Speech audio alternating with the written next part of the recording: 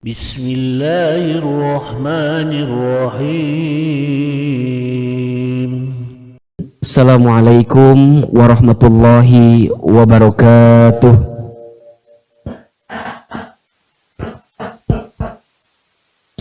Alhamdulillahi rabbil alamin. Alhamdulillahilladzi anzala as-sakinata fi qulubil mu'minin liyazdadu imanan ma'a imanihim. Asyhadu an la ilaha illallah wahdahu la syarikalah wa asyhadu anna Muhammadan abduhu wa rasuluh.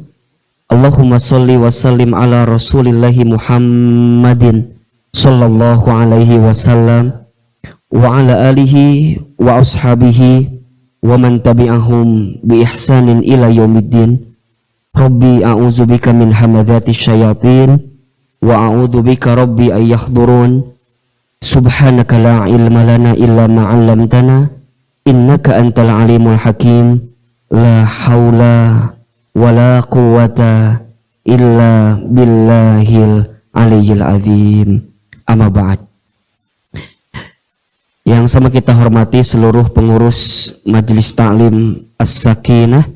Mudah-mudahan kita doakan seluruh pengurus As-Sakinah senantiasa diistiqomahkan oleh Allah Subhanahu wa taala. Dan semoga apa yang dihadirkan selama ini, kelas-kelas tahsin kita, taklim kita, program kerja, berbagi setiap Jumat, dan apapun itu yang dihadirkan selama ini, mudah-mudahan dicatat sebagai amal soleh di hadapan Allah Subhanahu wa taala. Bunda yang dirahmati Allah, ini santriwati semua ya, santriwati peserta kelas tahsin As-Sakinah. Apa kabar semuanya?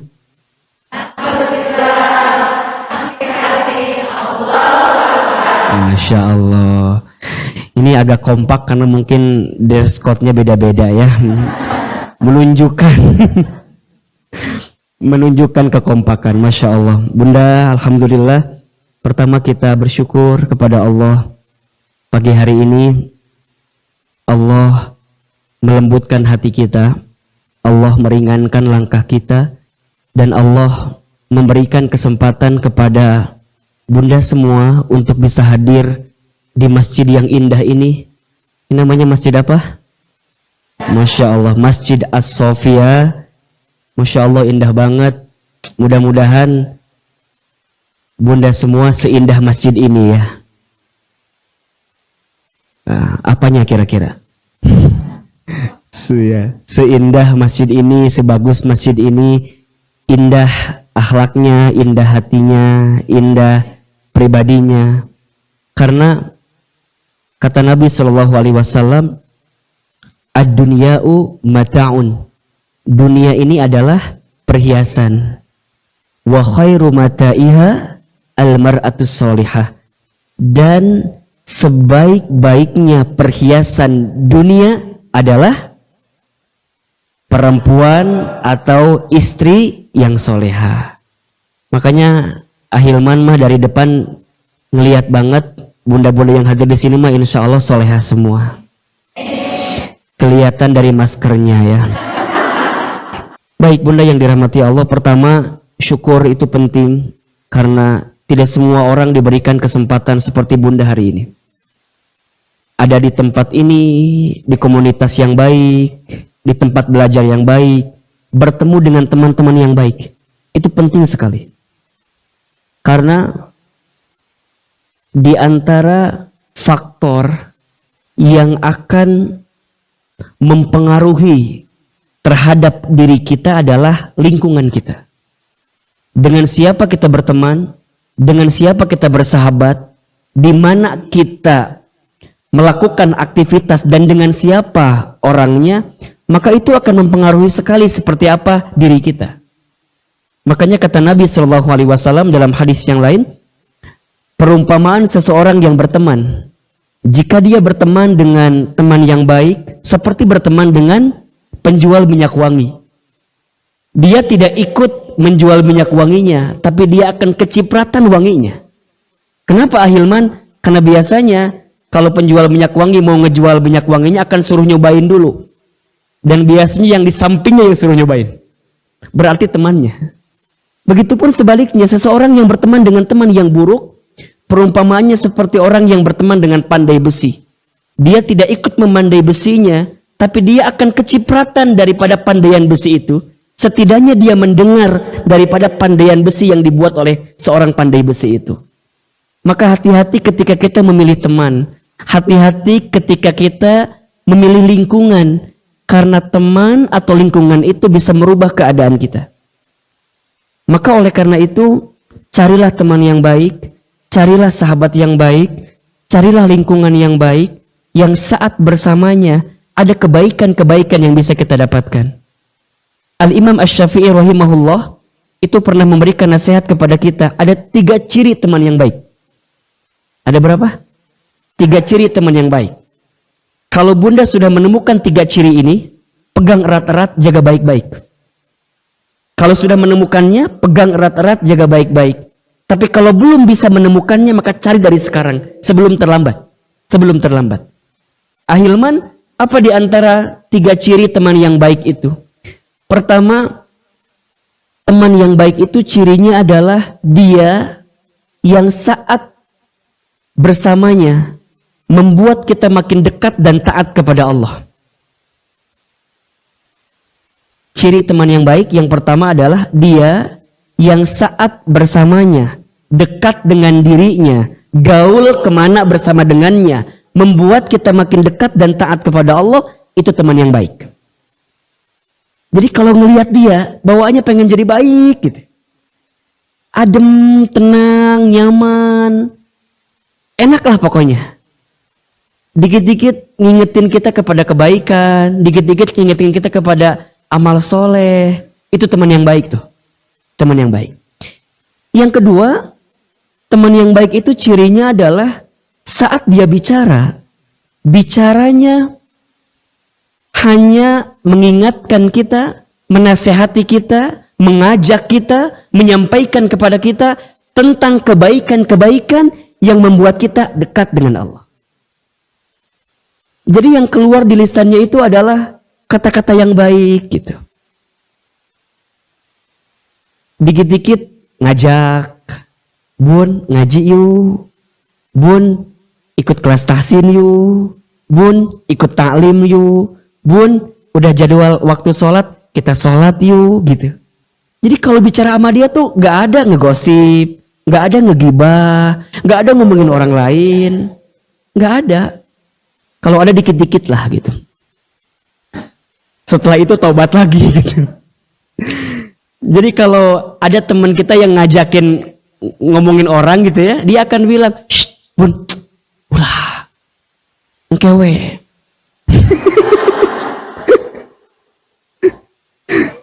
Bun, jangan. Dia memilih, kalau dia tidak bisa menenangkan temannya untuk bicarain orang lain, minimal dia menghindar. Karena dia nggak mau terjerumus dalam pembicaraan ngomongin orang lain. Bun, ulah atuh, kita juga ada banyak aibnya. Kita juga ada banyak dosanya. Yang membedakan hanya Allah aja tutupi dosa-dosa kita. Jadi bicaranya ngajak, jadi dikit-dikit tuh ngingetin gitu. Nah itu teman yang baik. Nah yang ketiga, ciri teman yang baik itu tentu adalah dia yang hadir bersama kita saat suka maupun duka, saat dekat maupun jauh. Ketika dekat, hadirnya menolong kita, membantu kita. Saat jauh, hadirnya mendoakan kita. Saat kita bahagia, dia bersama dengan kita. Saat kita susah, dia bersama dengan kita. Saat kita dekat dengan dirinya, dia selalu hadir membantu kita. Saat kita jauh pun, dia hadir mendoakan kita. Maka ada istilah, jauh di mata, dekat di doa. Ini apa? Itu soundtrack lagu. Gitu. Nah, jika sudah menemukan 3 ciri teman terbaik itu, pegang erat-erat, jaga baik-baik. Kalau kehadiran as-sakinah, kalau kehadiran kita di majelis taklim as-sakinah bisa menghadirkan 3 hal itu, maka ahilman dari hati yang paling dalam memohon kepada bunda sekalian, pegang erat-erat, jaga baik-baik. Doakan, kuatkan, bersamai setiap langkah kehidupan kita. Karena mohon maaf, mendapatkan teman yang baik itu susah daripada mendapatkan teman yang kurang baik atau yang tidak baik. Lebih baik punya teman baik, jumlahnya sedikit nggak masalah, dibandingkan kita punya teman yang banyak, tapi teman yang banyak itu tidak satu pun di antara mereka yang membuat kita makin dekat dan taat kepada Allah. Maka jangan mudah memutuskan silaturahim dengan teman-teman yang soleh. Jangan mudah melepaskan diri dari komunitas yang soleh. Jangan mudah melepaskan diri dari satu perkumpulan yang baik. Karena kita tidak punya kepastian apakah akan mendapatkan lagi atau tidak gitu loh.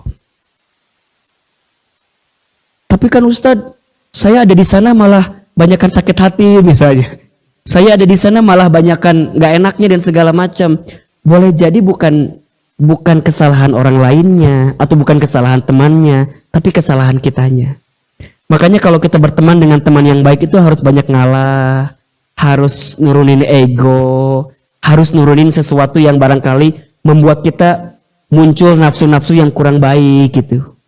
Karena mau tidak mau, perhatikan, ada satu ayat dalam Al-Quran di surat Az-Zukhruf ayat 67.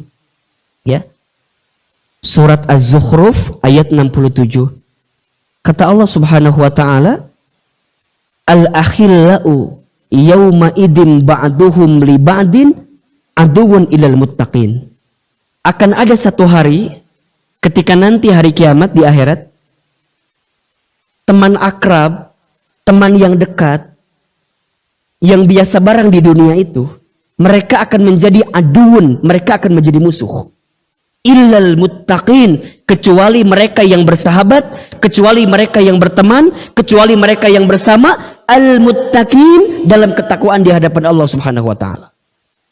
Jadi kalau sekarang bunda punya banyak teman, bunda punya banyak sahabat, bunda punya banyak lingkungan, tapi di antara sahabat, teman, lingkungan itu tidak membuat bunda makin dekat dengan Allah, na'udzubillahi min dzalik. Nanti mereka jadi musuh. Mereka jadi musuh. Maka oleh karena itu, kalau kita berteman dengan siapapun, optimalkan, maksimalkan, setidaknya kita bisa menjadi perantara kebaikan untuk dirinya.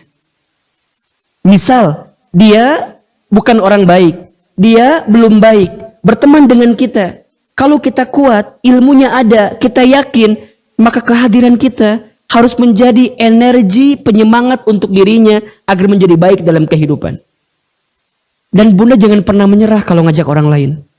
Bunda jangan pernah berhenti kalau ingin menyampaikan kebaikan kepada orang lain. Karena kita nggak pernah tahu di titik kapan orang yang kita ajak itu akan mendapatkan kebaikan. Boleh jadi hari ini diajak baik belum, hari ini bunda menyampaikan belum mau, tapi kita nggak pernah tahu.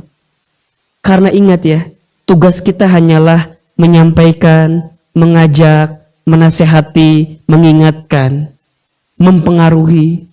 Tapi merubah orang lain bukan tugas kita. Tugas siapa? Allah dan kemauan dirinya sendiri. Yang bikin kita jadi capek adalah saat kita mengambil hak prerogatifnya Allah untuk merubah orang lain.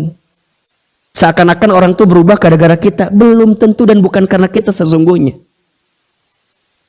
Jadi tugas kita apa? Ya sampaikan saja kebaikan. Jadilah orang baik. Teruslah berteman dengan orang-orang baik.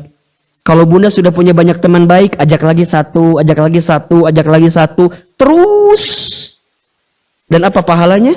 Man dalla ala khair falahu mithlu ajri fa'ilihi. Barang siapa yang mengajak kepada kebaikan, sampai ada orang yang berbuat baik karena ajakan kebaikan yang kita ajak, maka bunda yang mengajak kebaikan itu mendapatkan pahala yang sama sebagaimana orang yang berbuat baik karena ajakan kebaikan kita. Masya Allah. Jadi kalau sekarang bunda ngaji nih, bikin story, Contoh, bikin story bikin story itu jangan hanya ingin di like, jangan ingin di mention, jangan Cik Ida ngaji ya Allah, jangan. Itu mah terpenting bunda, terpenting bunda disebut ngaji kubatur, terpenting orang lain mention kita kalau kita ngaji, itu penting. Kalau bunda sekarang ambil story, ada kebaikan di situ, bunda share, bunda nggak usah lihat yang like berapa, ya nggak usah. Yang komen berapa, ya nggak usah. Kalau sejam nggak ada yang komen, jangan mikir, jangan nanya nggak ada yang komen, apa ada yang kurang gitu dengan jilbab aku gitu, jangan. Itu mah serahin aja, itu mah udah ngalir aja gitu. Bunda mikirnya, ya Allah, kalau aku update status, bikin story, ada kebaikan di situ, barangkali ada orang yang baca status saya, kemudian dia jadi termotivasi. Ya Allah, Cik Ida ge ngaji, coba. Makanya aku nggak ngaji gitu. Teh sesuatu yang Masya Allah. Kemudian pekan depan terbersit orang yang baca story itu, terbersit ingin ngaji, termotivasi ingin ngaji, gara-gara baca storynya Cik Ida, maka saat dia ngaji, maka saat dia membuat kebaikan, dia dapat pahalanya. Dapat pahalanya. Makanya bunda yang dirahmati Allah, di awal pertemuan ini Ahilman ingin ngajak kepada bunda ya untuk untuk terus jangan pernah berhenti berbuat baik, jangan pernah berhenti berteman dengan orang-orang baik, dan jangan pernah berhenti menjadi orang baik. Kenapa? Karena kita tidak pernah tahu di titik mana Allah akan mengakhirkan kehidupan kita. Makanya di antara nasihat yang paling indah dalam kehidupan kita itu adalah nasihat tentang zikrul maut ya, mengingatkan kematian. Kalau bunda lagi futur, kalau bunda lagi lemah, lagi down, kemudian bunda ingin bangkit lagi, menemukan titik cahaya dari keterpurukan kita, ingat kematian. Kalau bunda rajin tahajud misalnya, kemudian down, bunda ingat ketika bangun di sepertiga malam, buru-buru ambil air wudu, karena kita nggak pernah tahu, boleh jadi itu kesempatan tahajud terakhir kita di hadapan Allah Subhanahu Wa Taala. Kalau sekarang bunda diberikan kesempatan belajar tahsin, belajar Al-Quran, bunda ngerasa, Ustadz gimana ya, aku tidak udah tua atuh, malu, maknya ngeskolot kia latihan tahsin. Asa jadi budak nu kamari Ustad. Kumahanya Ustad, malu Ustad dan segala macamnya. Bunda jangan malu bun, lebih baik terlambat daripada tidak sama sekali. Catat status tuh. Lebih baik apa? Terlambat daripada tidak sama sekali. Karena bacaan Quran kita itu menentukan level kita nanti di surga bunda. Menentukan syafaat kita nanti, pertolongan kita nanti di surga, dalam kehidupan kita nanti di akhirat. Kata Nabi SAW, Iqra'ul Quran, fa innahu ya'ti yaumal qiyamah syafi'an li ashabi. Bacalah Al-Quran, karena bacaan Al-Quran kita itulah akan menjadi syafaat ketika nanti hari kiamat. Makanya bunda jangan malu, jangan takut, jangan kemudian gara-gara digenggerehkeun ku batur, tahu digenggerehkeun? Di apa namanya? Maknya geus kolot belajar ngaji, teu naon. Terus naon masalahna? Ngongkosan teu, mayar ge teu. Bener teu kira-kira? Udah we bunda set berangkat ngaji, naik motor. Bun, kemana? Ini mau ikutkan kelas tahsin. Bun, ayeuna mah lain mikiran kelas tahsin, tak ikatan cinta. Episode sabaraha coba. Ya Allah bun, ya Allah bunda. Kalau ada orang yang ngegenggerehkeun, kalau ada orang yang ngetawain kita, kalau ada orang yang ngebully kita, jangan didengar, jangan kemudian sih. Tapi tenang naon kan, kayak bejakannya ke akunya. Udah berapa episode ikatan cinta? Atuh bun, nggak apa-apa, digenggorekeun, diketawain, dicemooh, nggak masalah. Karena pada akhirnya yang akan bertanggung jawab dengan diri kita itu adalah diri kita sendiri. Betul tidak?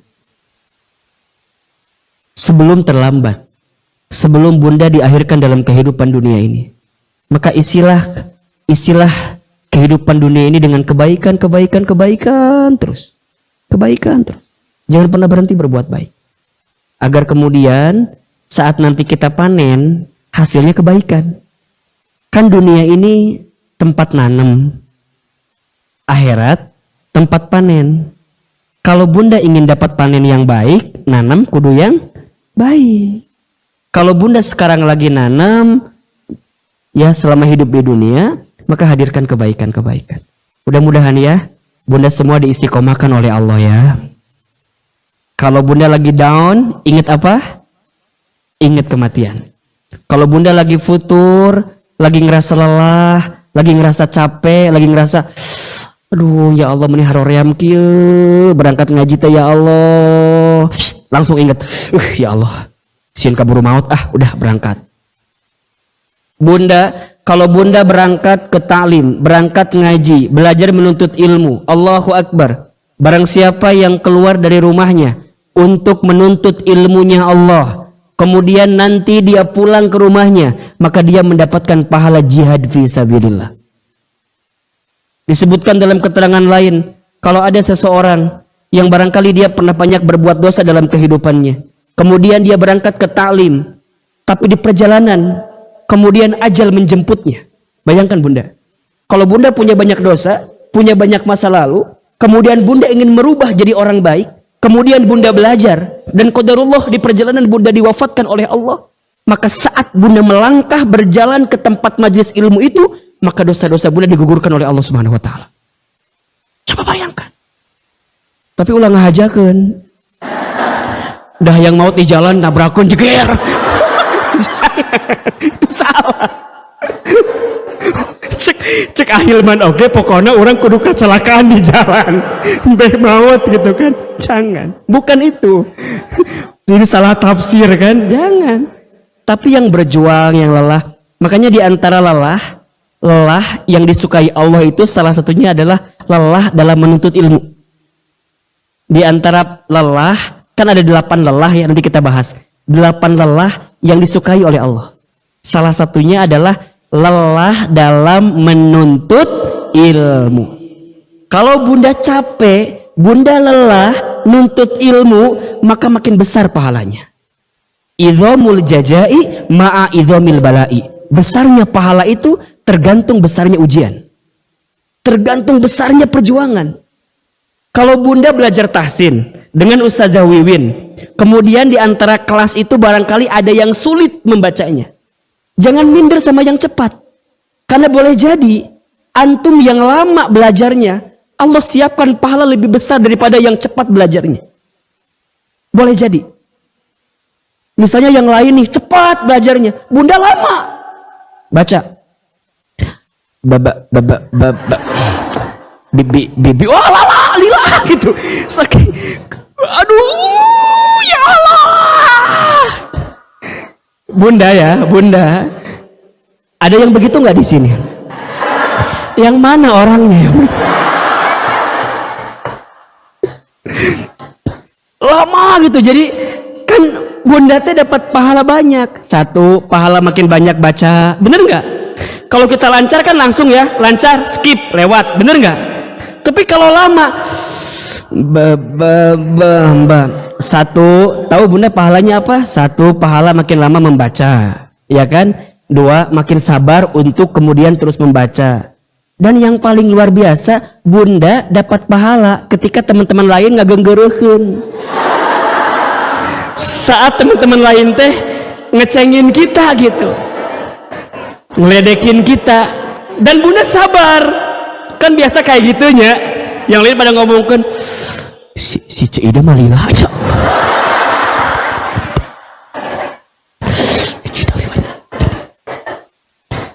Jadi naon kita mah sejam teh beak ku Cida sorangan. Sebel orang mah. Bunda teh dia ya. Bunda teh sadar saat bunda belajar ngaji, belajarnya lama, ada yang ngeledekin bunda. Bunda teh sadar ada yang ngomongin bunda. Tapi bunda teh sabar, tenang, ridho diomongin. Teh pahalanya banyak. Jadi kalem we. Di sini begini apa enggak? Ya Allah. Ece, kita mah belajar tahsin teh buang-buang waktunya. Kumaha kitu da sajam teh beak ku ceuida we. Sorangan kitu teh naon da? Aku mah belajar cuma 1 menit lewat. Coba bayangkan nih, ceuida mah 40 menit kok sorangan coba. Baik lama-lama tuh keheul urang teh. Tah, punten. Nu jadi ceuida mikir. Aduh ya Allah. Punten ya yang jadi ceuida ini mah Ahilman memang biasa begitu ya. Jadi kalau yang pertama ikut kajian sama Ahilman pasti naon sih siapa sih gitu ya. Kan biasa kita mahnya sampai pada akhirnya bunda akan tahu siapa ceuida yang sebenarnya. Kenapa sih Ahilman teh ngomongnya ceuida wae? Ada memori apa sih dengan ceuida gitu? Gitu bunda. Insya Allah. Aduh, ini teh apa sih tema judul kita sih jadi kemana-mana?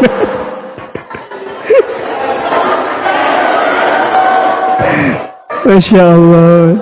Ya, itulah bunda ya. Jadi yang lama ngaji sama Ahilman juga kalau motivasiin ke anak-anak hafiz, anak-anak tahfiz ya. Kalau mereka lagi belajar tahfiz misalnya, Ustadz kenapa ya aku tuh lama banget ngapalinnya gitu. Saya bilang boleh jadi Allah sedang menitipkan pahala yang jauh lebih besar untuk antum yang lama ngapalnya dibanding yang cepat. Oh gitu ya Ustadz. Tapi kalilaan get keterlaluan atuh. Kudu ayat targetnya gitu. Makanya ada guru, ada pembimbingnya. Dan bunda nih yang belajar ya, yang belajar jangan pernah ada sedikit pun di hati kebencian kepada guru kita. Sebel, jengkel itu nggak boleh. Khawatir ilmunya tidak dapat, ilmunya tidak berkah. Makanya kalau bunda lagi ada ngegerentes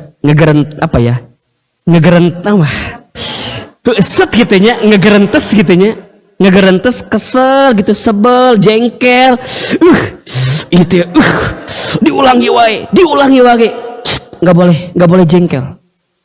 Justru harusnya makin sayang sama guru yang cerewet, makin sayang sama guru yang belum benar, teruskan, belum benar, perbaiki, tanda dia sayang sama kita. Jangan sedikit pun ada rasa jengkel dan sebel sama guru kita. Salah wae orang teh. Salah wae. Suka mual ngaji. Sok. Kan ini makan manusiawinya. Kadang kan bunda punten. Kan biasanya kalau kita belajar tahsin itu kan pakai halako gitu ya. Bunda dites, yang lain nggak dengerin kan. Sebagai manusia biasa kan kita teh pasti ada gengsinya, bener nggak? Kalau salah terus kan juga kadang-kadang kita malu kan. Ujungnya kita teh nyalahin siapa coba? Nyalahin gurunya, padahal yang salah siapa? Salah kita. Bunda teh belajar ngaji nih, gantian. Cetuti baca. Cebeti baca. Lancar. Bunda yang nggak lancar dari awal aja udah nggak gerenteng. Ngaji mah ngaji we atuh, ulah dites segala lah, kieu mah da apa, mempermalukan diri sendiri kieu mah. Bunda belum kebagian, tapi udah tahu bunda tuh udah deg-degan. Pas kebagian bunda salah terus, salah. Ulangi. Kesel kan, makin kesel. Ustazah, ngeus we lah kieu mah. Nggak boleh bun, nggak boleh. Makin sayangnya seorang guru, makin besarnya perhatian. Dan memang wajar bunda.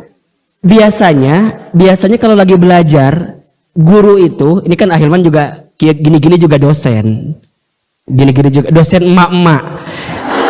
Kalau pas lagi talim di masjid ya, kalau di kampus dosennya mahasiswa. Makanya kalau Ahilman tuh kalau lagi mau nge-refreshing gitu ya, ngajar di kampus.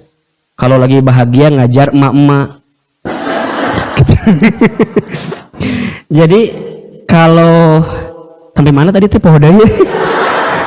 Oh iya, biasanya guru itu Bunda, ini yang Ahilman pengalaman ya. Biasanya guru itu sangat kenal dengan 3 jenis murid katanya. 1, murid yang paling cerdas, paling pintar, pasti kenal. Biasanya jadi ini, jadi apa? Andalan. Kalau guru lagi ngajar, kemudian dia agak kesulitan, coba belajar sedikit sama ini gitu. Iya enggak? Lain. Nah, yang kedua, biasanya guru itu kenal sama murid yang paling aktif. Lagi ngajar tiba-tiba batuk. Contoh batuk ya, gurunya lagi ngajar batuk. Ustadz, saya ambilin minum ya. Nah, itu kenal. Makanya Ustadz kenal sama jamaah yang biasa ngasih bolu, kenal ya.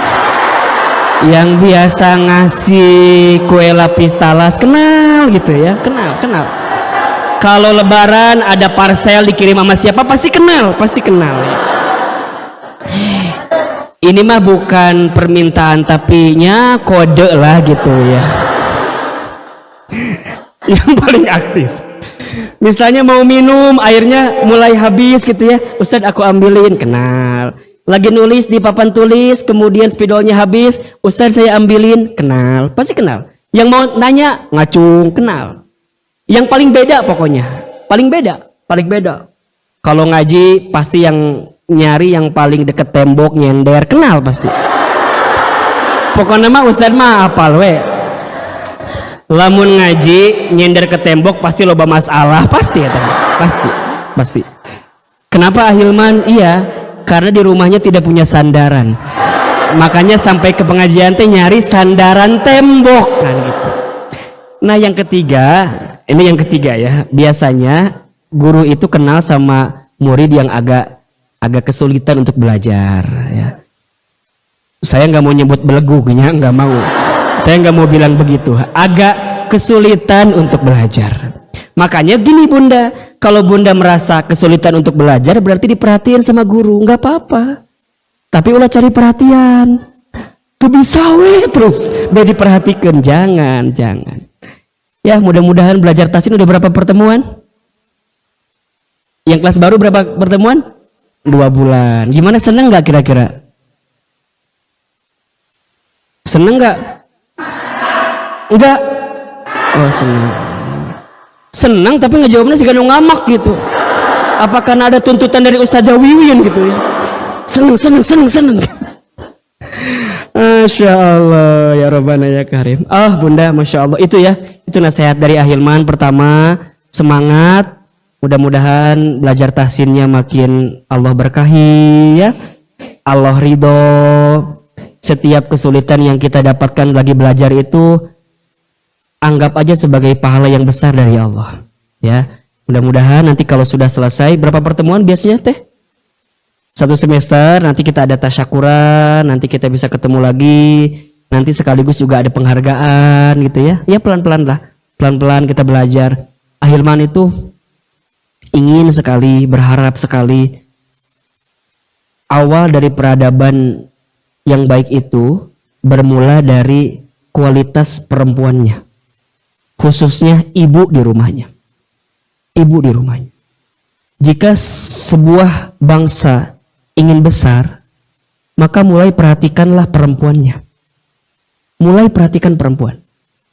Mulai perhatikan bagaimana perempuan itu beraktivitas dalam kehidupannya. Makanya di antara wasiat yang pernah Nabi sampaikan, di antaranya apa? An-nisa ittaqun nisa. Wanita, jaga kaum wanita.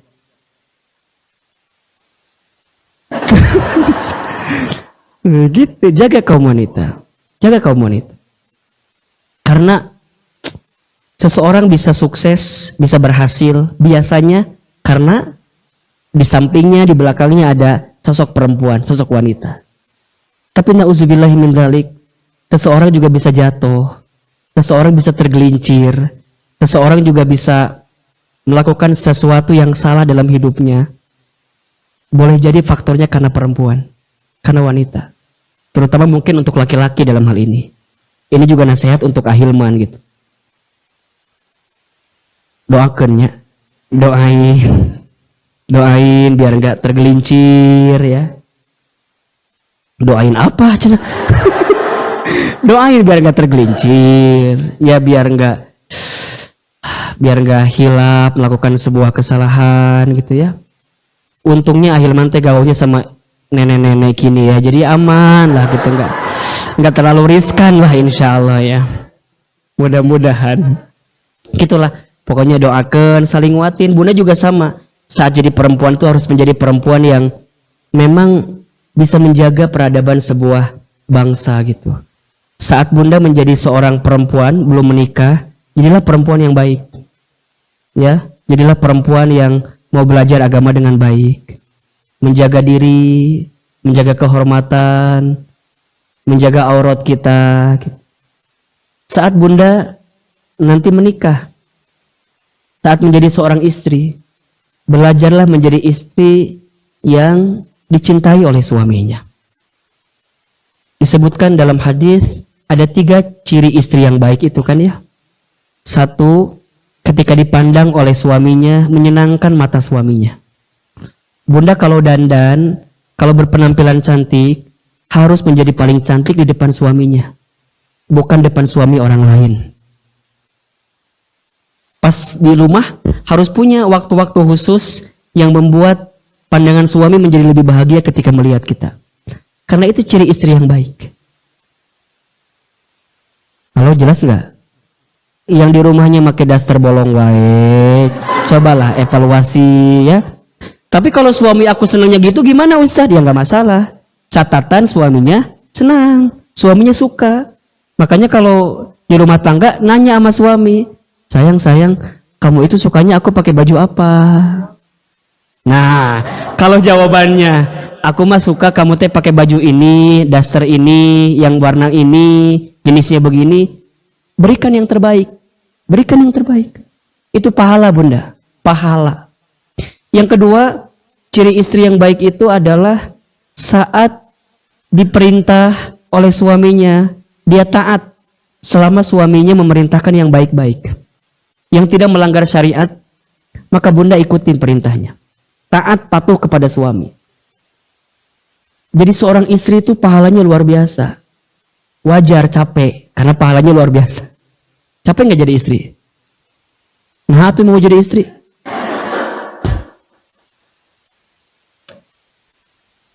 Kok darul, ini asa penyesal gitu.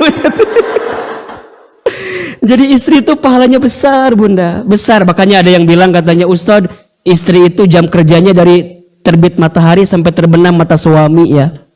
Panjang gitu, nggak apa-apa Bunda, karena pahalanya besar. Yang ketiga istri yang baik adalah istri yang tidak menyelisihi suaminya, baik dari hartanya dan juga kehormatannya.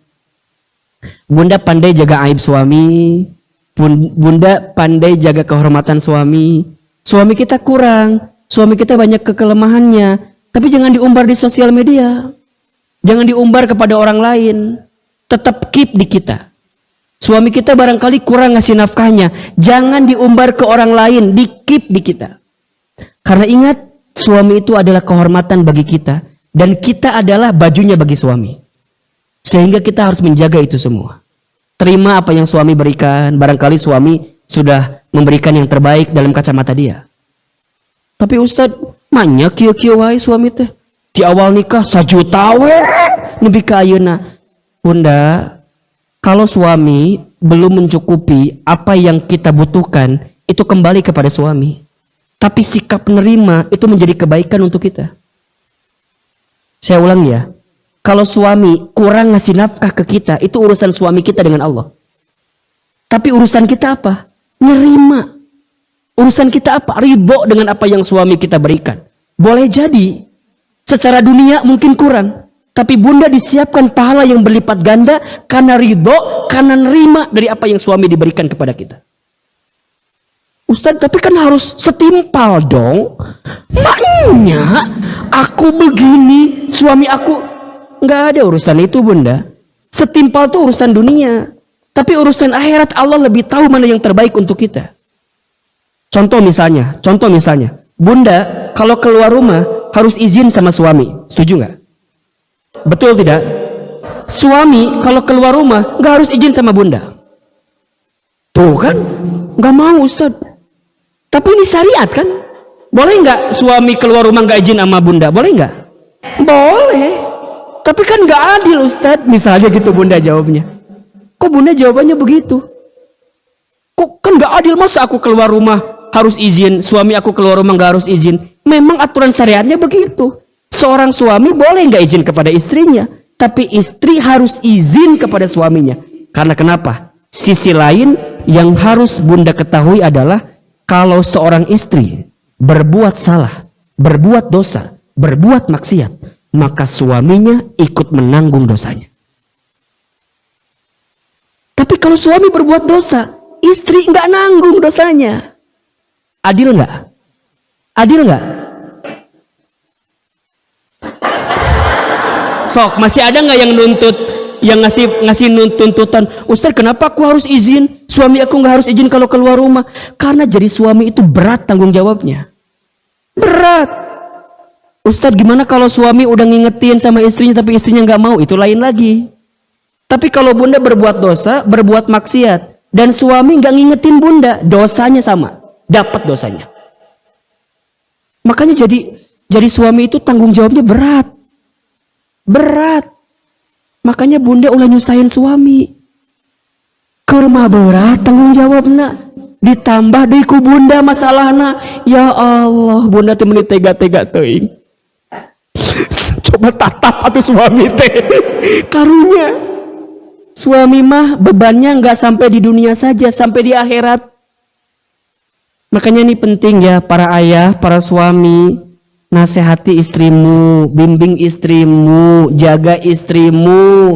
Kalau istrimu nggak nurut, itu biarkan menjadi urusannya dengan Allah. Tapi tugasmu adalah nasehatin, ngebimbing istri. Tentu dengan cara yang terbaik. Ud'u ila sabili rabbika bil hikmah, dengan hikmah. Wal mau'izatil hasanah, dengan pelajaran yang baik. Begitu. Wajadilhum billati hiya ahsan. Jika dia berdebat, jika dia membangkang, ahsan, kita hadirkan cara-cara yang terbaik untuk menghadapinya. Tuh. Jadi sebenarnya yang harus ikut banyak ngaji teh istri atau laki-laki sebenarnya? Istri atau suami sebenarnya? Suami istri. Makanya kalau bunda habis ngaji teh, ilmunya dicatat, di-share sama suami. Jelas tidak? Sok itu enggak kira-kira kita? Bunda kalau habis ngaji nih, dapat catatan, dapat ilmu, di-share sama suami. Pas mau tidur, ngobrol. Ayah, ya apa? Tadi bunda ikut ngaji. Sama siapa? Sama Ahilman. Naon materinya? Materina teh, ayah kudu jadi suami yang baik. Bunda mah kadang-kadang menyampaikan mana yang menguntungkan bagi kita. Yang merugikan mah nggak mau. Sing jelas bunda. Karena Ustadz Hilman sekarang jadi tersangka nih. Tersangka apa? Ustadz Hilman mah ustadznya ibu-ibu cenah. Pro-nya ke ibu-ibu, padahal kan enggak. Nusalah adalah yang motong video pas bagian menguntungkan ibu-ibu saja. Tapi yang menguntungkan bapak-bapak mah kadang-kadang nggak dipotong sama bunda teh. Ya halus ya materinya ya. Ngobrol sama suami. Karena Ahilman sering menemukan ada seorang istri yang ngaji, tapi habis ngaji teh malah jadi sombong sama suaminya. Malah jadi merasa paling benar depan suaminya. Bunda, tadi ngaji? Naon materina? Tong sok hayang apalah. Da percuma si ayah diterangkan ke mau ngerti-ngerti ku aku. Jangan begitu. Ada nggak yang begitu di sini nih? Kalau bunda habis ngaji ditanya sama si ayah, Bu, habis ngaji apa materinya? Nggak salah ulah lobananya, da percuma. Percuma da diterangkan ke mau ngerti. Da kamu mah sama aku beda IQ-nya. Kamu mah ya di bawah lah. Mau ngerti kamu mah tetap nggak akan mengerti apa yang aku sampaikan. Nauzubillah, nauzubillah. Yang paling kesal, mohon maafnya, paling sebel adalah istrinya ngaji ke Ustadz A, suaminya ngaji ke Ustadz B, sampai di rumah debat. Padahal kan ngaji, dua-duanya ngaji, tapi di rumah berdebat. Bahkan mohon maaf, ada yang bercerai gara-gara itu. Yang benar saya, kata Ustadz saya, iyo piring jeger. Enggak, iyo jeger. Ayah, sari di luar. Mama, keluar ti imah. Padahal dua-duanya ngaji, dua-duanya belajar agama. Berarti gimana Ahilman? Berarti kalau kita ngaji, sudah punya ilmu, komunikasikan. Beda wajar bunda, pasti beda tuh. Apalagi urusan fikih. Urusan fikih.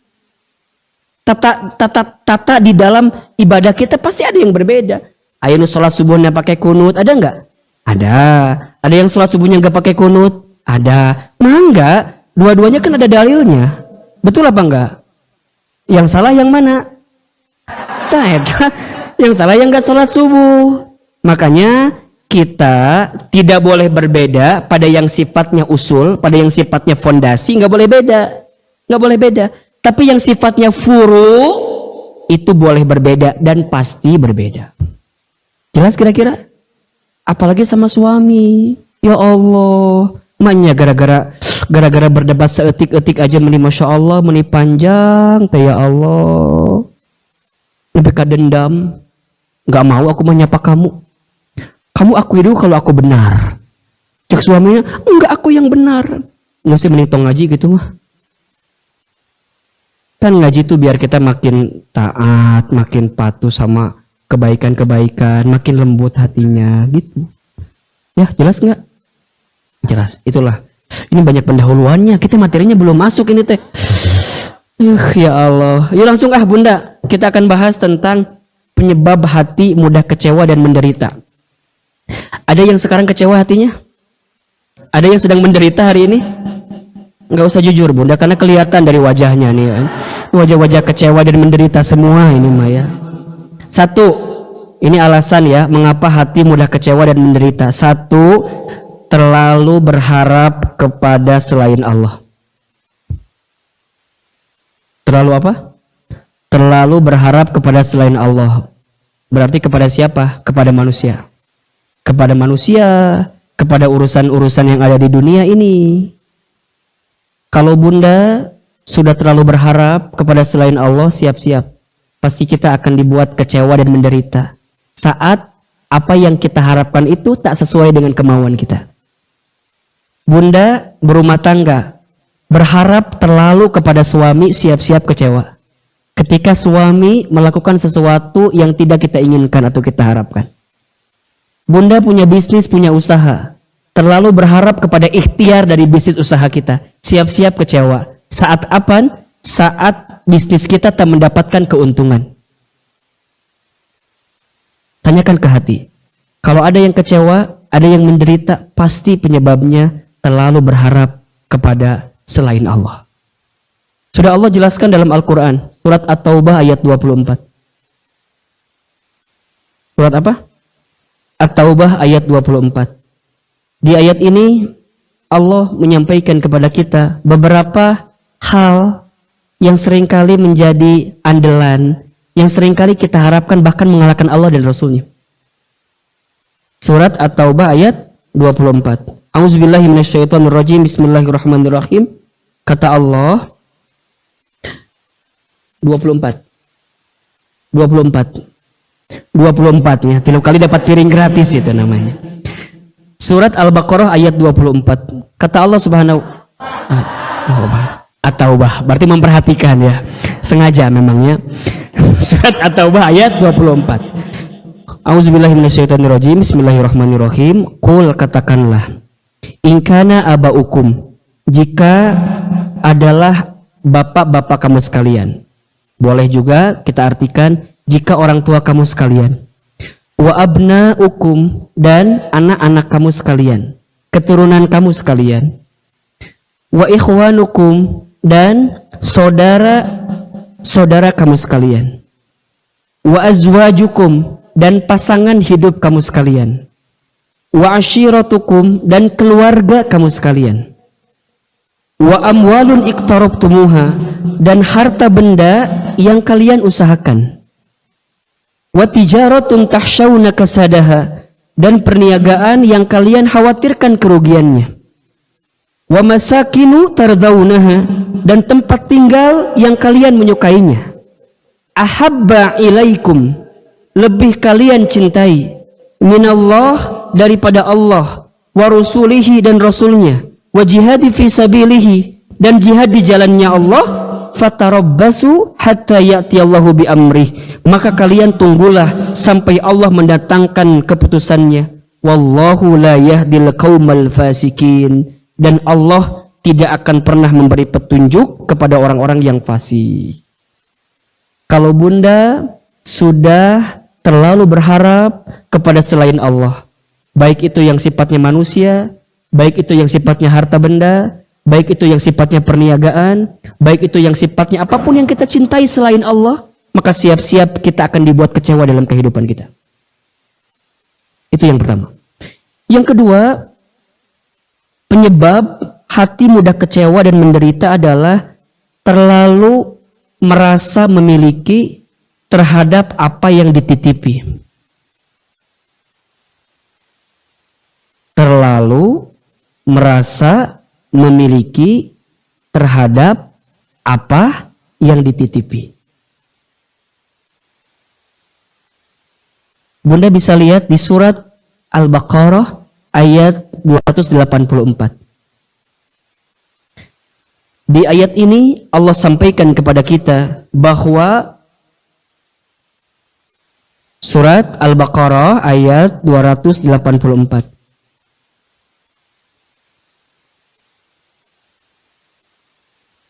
Ya.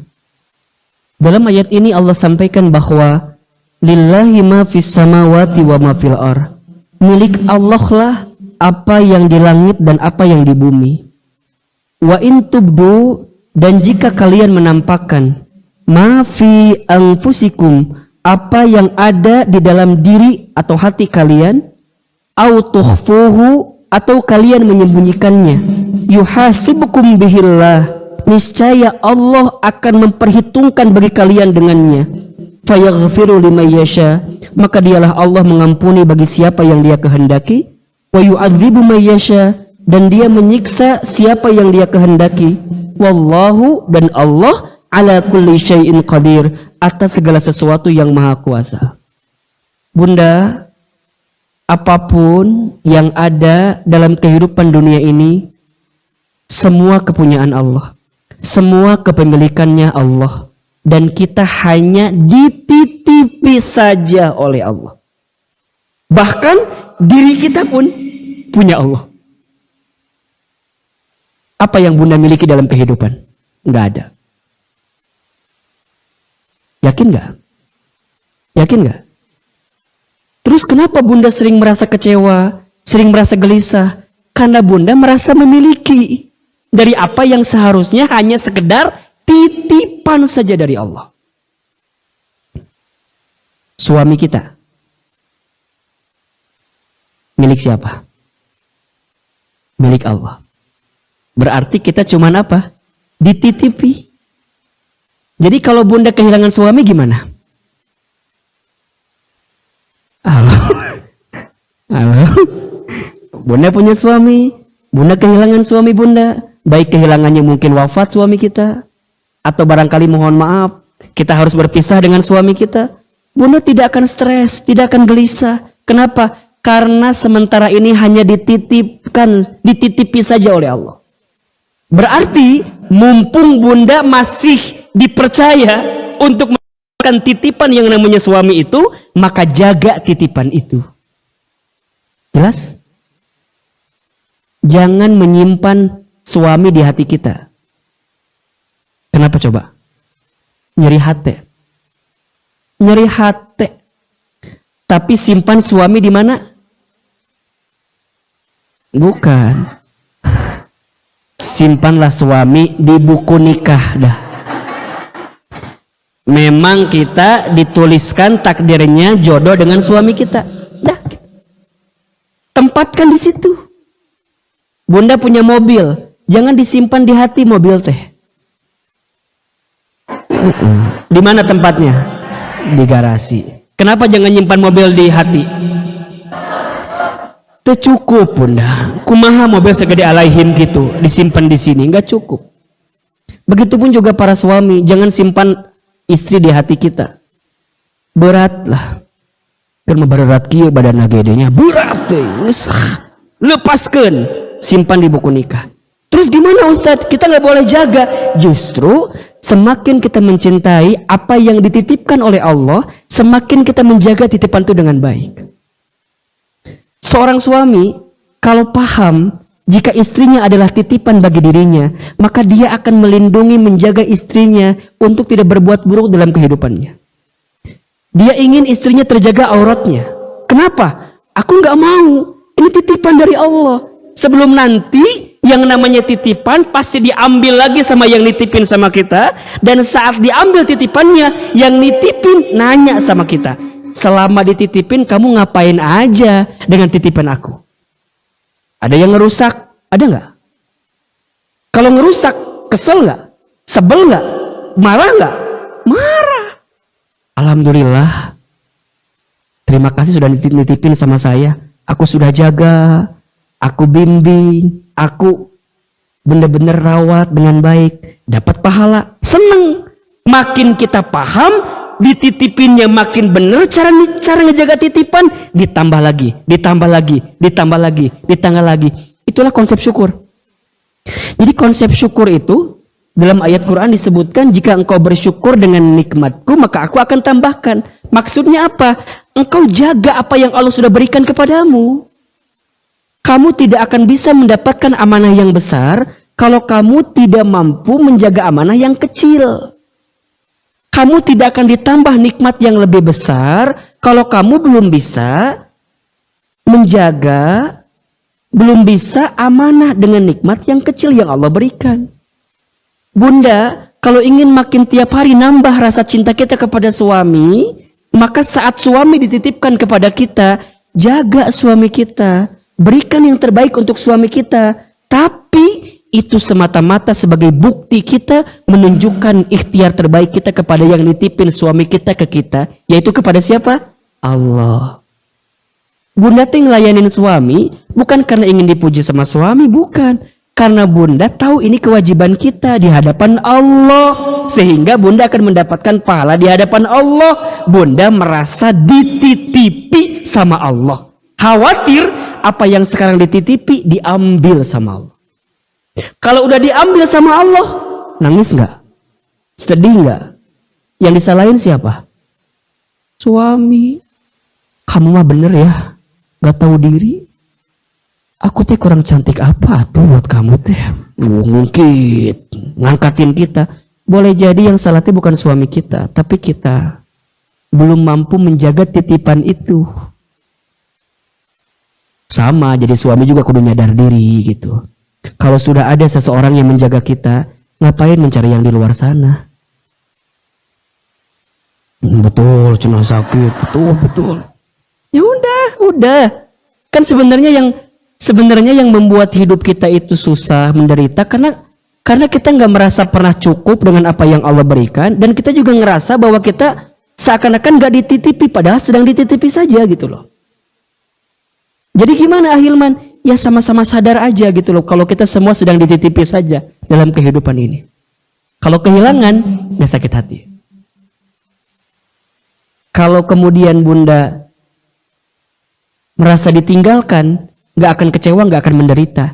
Karena cuman dititipi. Maka rumusnya adalah, jika Bunda tidak ingin merasakan kehilangan, jangan pernah merasa memiliki. Catat status hari kedua itu tadi ya. Jika kita tidak ingin pernah merasakan kehilangan, jangan pernah merasa memiliki. Karena sesuatu yang sudah melekat, kalau kita lepas, beratnya luar biasa. Bener gak? Seperti bunda nempel perangko tuh. Nempel perangko di amplop itu. Kalau bunda mau lepas itu perangkonya susah nggak kira-kira? Susah. Ujungnya apa yang terjadi? Robek. Kalau bunda sudah melekatkan apa yang dititipi menjadi seolah-olah itu yang kita miliki, saat kita kehilangan itu semua, kita akan tersobek-sobek dengan keadaan itu. Apapun itu. Popularitas, ketenaran, terus pujian-pujian semualah. Kita tuh nggak berhak mendapatkan itu. Karena yang berhak punya segalanya adalah Allah. Yang ketiga, yang membuat hati mudah kecewa dan menderita adalah karena jauh dari pertolongan Allah. Jauh dari pertolongan Allah.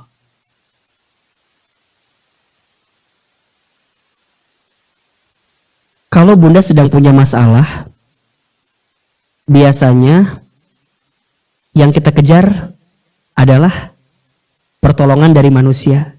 Itu salah bunda. Kalau bunda sedang punya masalah, yang perlu bunda lakukan pertama kali adalah memohon pertolongan Allah. Agar kemudian Allah pun mengarahkan kepada siapa kita harus meminta pertolongan itu. Jangan sibuk nyari orangnya dulu. Tapi sibuk nyari Allah dulu. Datangin Allah dulu. Hamparkan sajadah. Kemudian ambil air wudhu. Bunda sholat 2 rakaat. Menengadahkan tangan kepada Allah. Memohon kepada Allah. Ya Rabb, Ya Rabb, Ya Rabb. Tunjukkan kepada hamba. Mana jalan terbaik hamba. Atas semua masalah yang hamba hadapi ini ya Allah. Kalau seandainya hamba harus bertemu dengan manusia. Maka tunjukkan manusia, tunjukkan orang yang bisa meneguhkan kepada hamba jalan terbaik yang engkau inginkan dalam kehidupan hamba. Jadi dituntun sama Allah nanti bunda. Ketemunya dengan siapa? Tapi kalau sedang punya masalah, lagi punya masalah, yang bunda kejar langsung manusia, tidak sedikit orang yang kecewa. Karena manusia yang diharapkan bantuannya ternyata tak bisa membantunya. Ujungnya apa? Kecewa. Ujungnya apa? Menderita. Ujungnya apa? Jadi malu-maluin diri kita sendiri. Contoh, bunda pas jatuh angsuran. Assalamualaikum. Aduh, oi. Kita kan langsung gelisah tuh. Uang nggak ada, kondisi nggak ada. Nggak ada yang bisa bunda berikan untuk bayar hutang. Gimana caranya bunda menghadapi dia? Kumaha coba? Kalau bunda nggak minta tolong sama Allah, maka bunda akan dibuat gelisah. Lu gimana ya? Gimana ya? Langsung nyumput di hanap kasur. Mending badan kita proporsional. Kan yang ada marah ngeberatkan diri sorangan. Asup nyempot. Can keluar. Capek bunda. Udah bunda. Kalau bunda tahu hari itu jatuh tempo angsuran dan bunda nggak punya uang, maka di subuh harinya, di sebelum subuhnya, gelar tahajud, sholat subuh, sholat duha, minta sama Allah, ya Rob, berikan hamba kekuatan untuk menghadapi orang yang nagih hutang sama hamba. Assalamualaikum. Langsung bunda keluar. Tegar. Waalaikumsalam. Apal gemper, apal. Kan nggak punya uang teh ya karena bayaran hutangnya udah jatuh tempo angsuran. Udah. Salah. Bapak siapa ya, Pak ya? Tenang. Bercanda dulu. Ibu, ini sudah jatuh tempo angsuran ini, Bu. Udah 3 bulan Ibu nggak bayar. Bapak masuk dulu, Pak. Sebelum kita ngomongin hutang, ngomongin dulu ini ada wajib, Pak ya ada ini. Tenang. Suguhin dulu. Bapak mau minum apa? Tenang. Barulah bunda bilang, Pak, bukan saya nggak mau bayar hutang, Pak.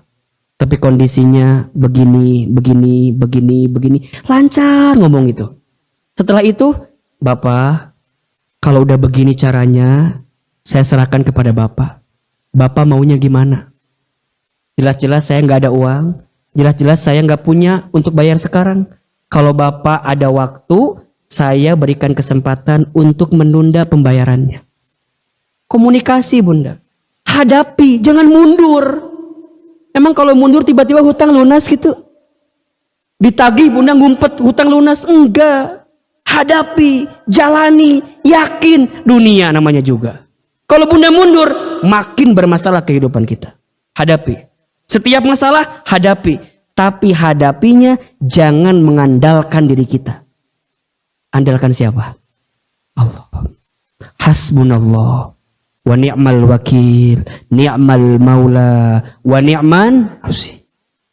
Demi Allah bunda, yang memudahkan urusan kita, yang melancarkan urusan kita, itu bukan karena hebatnya kita, tapi karena apa? Pertolongan Allah. Keterlaluan kalau bunda sudah tahu banyak masalah, punya masalah, tapi jarang minta tolong sama Allah. Sehebat apapun kita mentok pasti bunda, mentok. Makanya Ahilman selalu bilang ya, kalau ada di antara kita yang sedang ada di titik terendah, kalau ada di antara kita yang sedang ada di titik terendah dalam hidupnya, ketahuilah itulah momentum terbaik untuk bunda mengetuk pintu langit dan benar-benar berserah kepada Allah. Bun, enak banget kalau kita sudah hidup itu kumaha Allah welah. Bunda kalau sudah menemukan titik, sudah berjuang, sudah berikhtiar, sudah bersikeras, sampai bunda mengungkapkan kalimat, ya Allah, kumaha Allah welah. Itu tuh enak gitu. Kumaha Allah, ikutin maunya Allah. Ya Allah, kalau memang kondisinya harus begini, hamba terima ya Allah. Gitu. Nah makanya yang keempat, yang membuat hidup kita mudah kecewa itu karena tidak ikhlas. Tuh, tidak apa? Tidak ikhlas. Ahilman, ikhlas teh apa ya? Ikhlas itu artinya membersihkan hati untuk menghilangkan semua hal dalam hidup kita kecuali kita serahkan kepada Allah. Itu ikhlas. Jadi ikhlas itu bersih, ikhlas itu bening, ikhlas itu jernih untuk membersihkan hati kita dari kemelekatan, dari kepemilikan, dari kebergantungan, dari keberharapan kepada apapun kecuali kepada siapa? Allah. Demi Allah, tidak ada yang paling sakit dalam hidup kita kecuali saat bergantung kepada manusia. Saat kita bergantung kepada selain Allah, sakit. Kata Ali bin Abi Thalib, aku sudah bertemu dengan semua kesulitan dalam hidup. Dan tidak ada yang paling sulit dalam hidupku kecuali saat aku bergantung kepada orang lain. Kenapa bunda kecewa? Kenapa bunda menderita dalam hidup? Karena tidak ikhlas. Kurang ikhlas. Jadi ujungnya cuma itu masalahnya. Tapi kalau bunda, Allah maha tahu kok. Allah maha apal kok. Allah mah gak mungkin zalimin saya kok. Gitu. Jadi yang di mindset kita, yang di hati kita, itu semua keagungan-keagungan Allah. Semua kemuliaan-kemuliaan Allah. Kalau ada yang kurang, bukan Allah yang kurang. Tapi yang kurang siapa? Kita yang kurang. Allah mah gak ada kurangnya. Kita yang kurang. Ahilman, memangnya kita kurang apa? Kurang segala macam kita teh. Kalau dikasih nikmat, kurang syukur. Kalau dikasih ujian, kurang sabar. Kalau beramal, kurang ikhlas. Kalau ada takdir, kurang ridho. Kalau dikumpulin, kurang ajar kita teh. Dan yang kurang itu bukan Allah, yang kurang siapa? Kita. Tapi selama ini tidak sedikit di antara kita kalau sedang kurang, hidupnya yang nyalain siapa?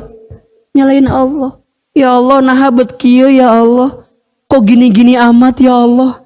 Ya Allah, aku teh kurang apa coba? Tahajud tiap jam 8 pagi. Duha eta mah.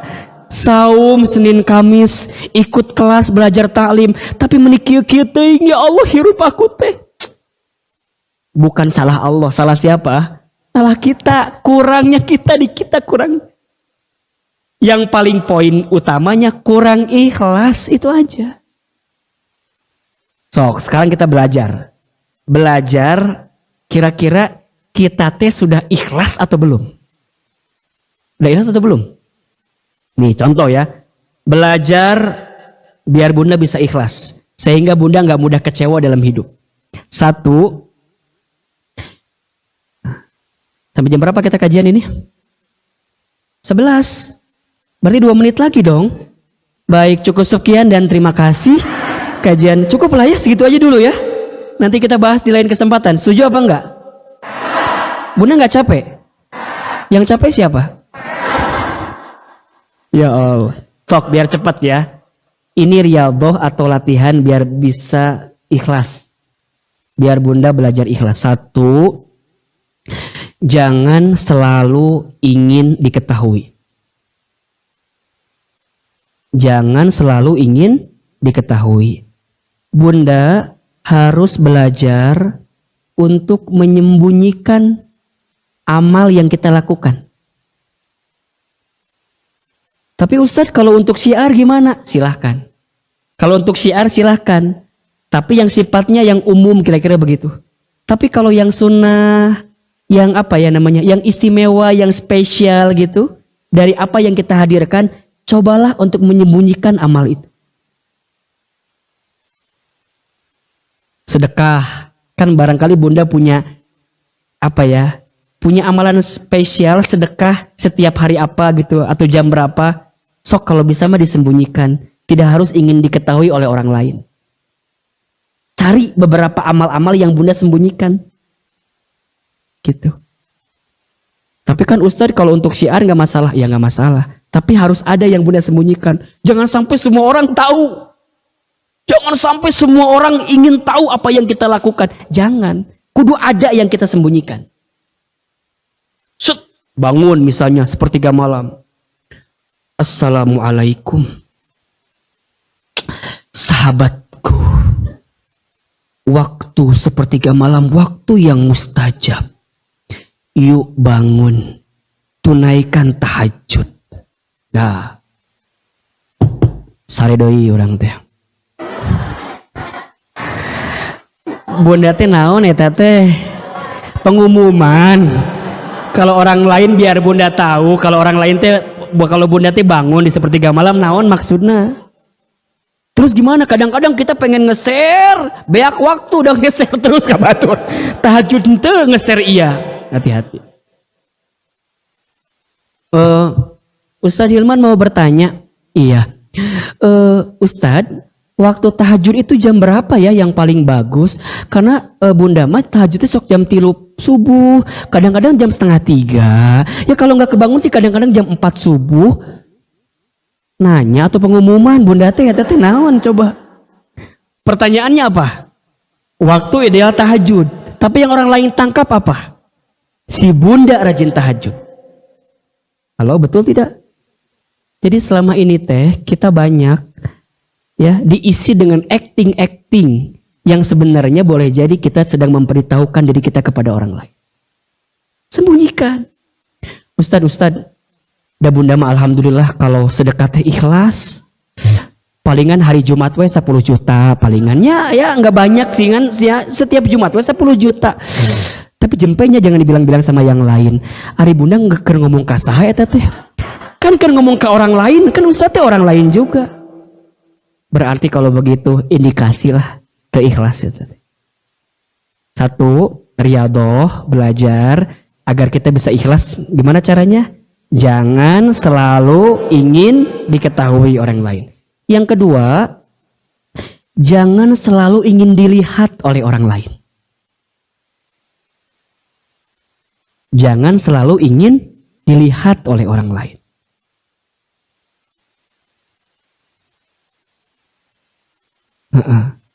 Jangan selalu ingin dilihat oleh orang lain. Gimana cara membedakan ikhlas tidak ikhlasnya? Caranya adalah Kalau ketika dilihat makin semangat, dan ketika tidak dilihat patah semangat, nggak ikhlas. Ustadz misalnya nih ngajar, kalau jamaahnya banyak, semangat sampai jam 3 subuh. Tapi kalau jamaahnya dikit, bunda, kita ngaji nggak usah lama-lamanya. Itu udah naon, nggak ada yang hadir lagi saeutik. Kemudian ustadznya jadi nggak prima gitu, jadi nggak bersemangat. Ustadz Hilman tete ikhlas. Misalnya hari ini kan terbatas ya yang hadir hanya beberapa orang. Tapi kudu belajar, tetap memberikan yang terbaik. Dilihat tidak dilihat, dikomen nggak dikomen, di like nggak di like, nggak ada urusan. Karena bagi kita yang paling penting penilaian siapa? Allah. Dilihat meningkat semangat, tidak dilihat patah semangat, berarti nggak ikhlas. Allahu Akbar. Allahumma ba'id baini. Banyak orang, banyak. Kalau banyak bacaannya lain. Bismillahirrahmanirrahim. Wah, banyak orang. Orangnya nggak ada. Allah Akbar.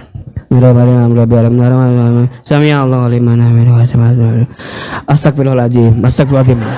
Padahal kan salam, saking gak pohon coba. Saking sibuk ingin dilihat, yang kuduna salam jadi astagfirullah coba. Mun sholat teh. Justru bunda, kalau sedang sendirian harus lebih khusyuk. Kalau lagi sendirian harus lebih khusyuk. Kita mah kalau nggak ada orang yang ngelihat jadi nggak khusyuk. Ngaji jadi nggak khusyuk. Belajar jadi nggak khusyuk. Menampilkan amal-amal jadi nggak khusyuk. Naon, nggak ada yang ngelihat, percuma. Masak, masya Allah. Kalau yang datang orang-orang penting dan segala macam yang bunda inginkan, kemudian bunda perlihatkan. Yuk tinggalkan, masak kurang. Coba, tidak berpengaruh terhadap rasa masakan, tetap itu enakan. 3. Yang pertama tadi apa? Jangan apa? Jangan selalu ingin diketahui. Caranya apa? Buat sesuatu yang tersembunyi dalam hidup kita. Yang kedua, jangan selalu ingin dilihat, ya. Gimana cara ngelihatnya? Tambah semangat ketika orang lain lihat, patah semangat ketika orang lain tidak melihat, berarti itu tidak ikhlas. Tapi kalau ikhlas mah nggak ada urusan. Dilihat nggak dilihat, di like nggak di like, di komen nggak di komen, nggak ada urusan. Karena yang paling penting penglihatan siapa? Allah. Yang ketiga, belajar ikhlas ya. Jangan selalu ingin dipuji. Makin naik level nih. Jangan selalu ingin dipuji. Jangan bunda.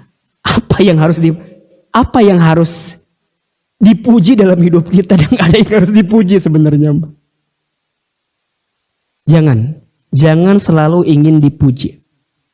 Malah kalau bisa mah kita harus siap dengan cacian, dengan makian, dengan bulian. Bunda, coba Ahilman mau tanya, mana yang paling membahayakan kita? Pujian atau hinaan? Orang ngehina kita, sebogor ngehina Ahilman misalnya. Tidak akan merubah. Kalau niatnya kita benar, tulus karena Allah, harusnya tidak akan merubah apa yang bisa kita tampilkan. Tetap aja begini. Betul? Justru yang paling berbahaya itu adalah apa? Pujian. Nyamuk itu berjatuhan karena apa? Karena tepuk tangan. Hebat. Keren. Makin ditepuk, makin nyamuk lewat, makin berguguran itu nyamuk.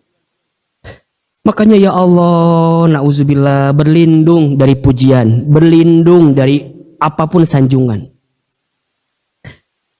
Makanya Ahilman selalu minta sama bunda, kalau ketemu ya, bunda doain ya, doain saya ya, doain saya ya.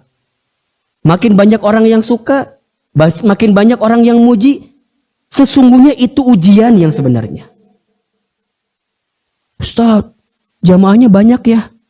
Apa masalahnya? Terus apa untungnya?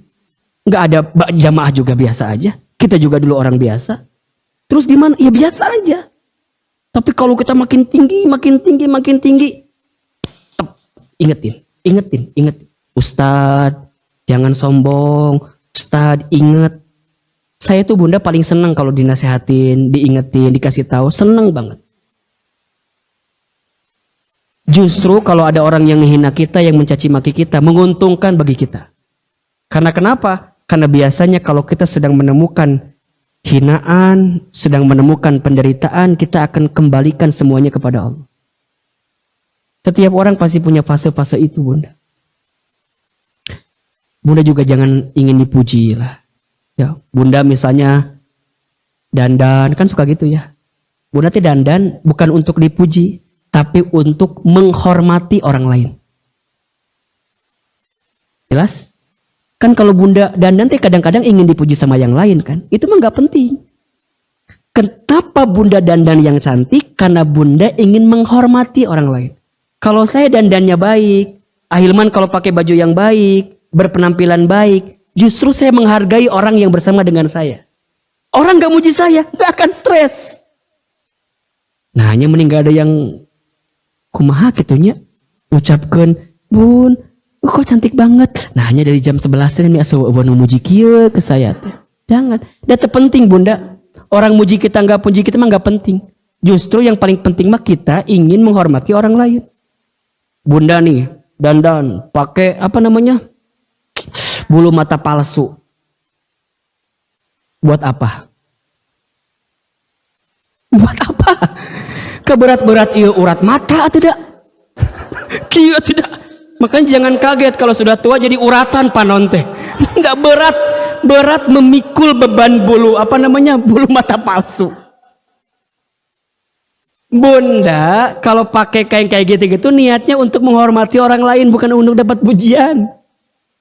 Ujungnya apa kalau nggak dapat pujian jadi kesal balik ke imah teh. Nu muji pisan. Kieu. Nu muji pisan. Jadi selama bunda eta dandan, pakai dandanan terbaik, bunda ngarepin pujian, nu muji capek sorangan. Selama kondangan, kieu. Be aya nu muji ke saya. Capek bunda. Bunda pengen kelihatan langsing. Kumaha coba? Tahan napas. Yang ada apa yang terjadi? Nyiksa diri, kehilangan oksigen, engap maut. Kan lucu bunda. Ketika ditanya, si bunda ini meninggal karena tahan nafas. Ingin disebut langsing, nyeri hati bunda. Apa adanya aja lah. Bunda hidup dengan penuh kepalsuan teh capek. Capek nggak kira-kira? Capek. Semuanya serba palsu atau naon? Capek bunda. Ya, maka yang ketiga, belajar ikhlas, jangan selalu ingin dipuji. Yang keempat, jangan selalu ingin dihargai. Jangan selalu apa? Ingin dihargai. Ayah, hargai atuh mamah teh. Cek si ayah sabaraha hargana. Jangan bunda. Bunda saat jadi ibu ke anak, nah kakak teh atuh lihat mamah. Mamah teh banting tulang. Tijanari kini. Nges hudang, nges masak. Keur kamu, nari kamu mending tengah hargain mamah. Cek budak teh, mama sabaraha harga mamah teh. Dikitukan nyeri hati, jangan ingin dihargai. Dan untuk apa kita teh berbuat seperti itu? Justru emang sudah jadi kewajiban kita sebagai ibu untuk ngurus anak-anak kita. Anak-anak kita nggak ngehargain, nggak usah jadi stres buat kita. Bunda ingin diperlakukan spesial. Hargai aku teyuhnya untuk ada di sini, berkorban aku teh. Ninggalin suami aku, ninggalin anak-anak aku hanya untuk as-sakinah. Emang lain gitu. Yang lain juga sama. Terus kudu apa masalahnya? Kalau ingin dihargai, kalau ingin dianggap, kalau ingin dispesialkan, kalau ingin diistimewakan, emang yang lain enggak? Ujung-ujungnya yang ngedenger tuh bukan enak tapi enak. Naon sih ngomong ke naon ya teh? Pasti gitu. Karena kenapa? Kita ingin dihargai.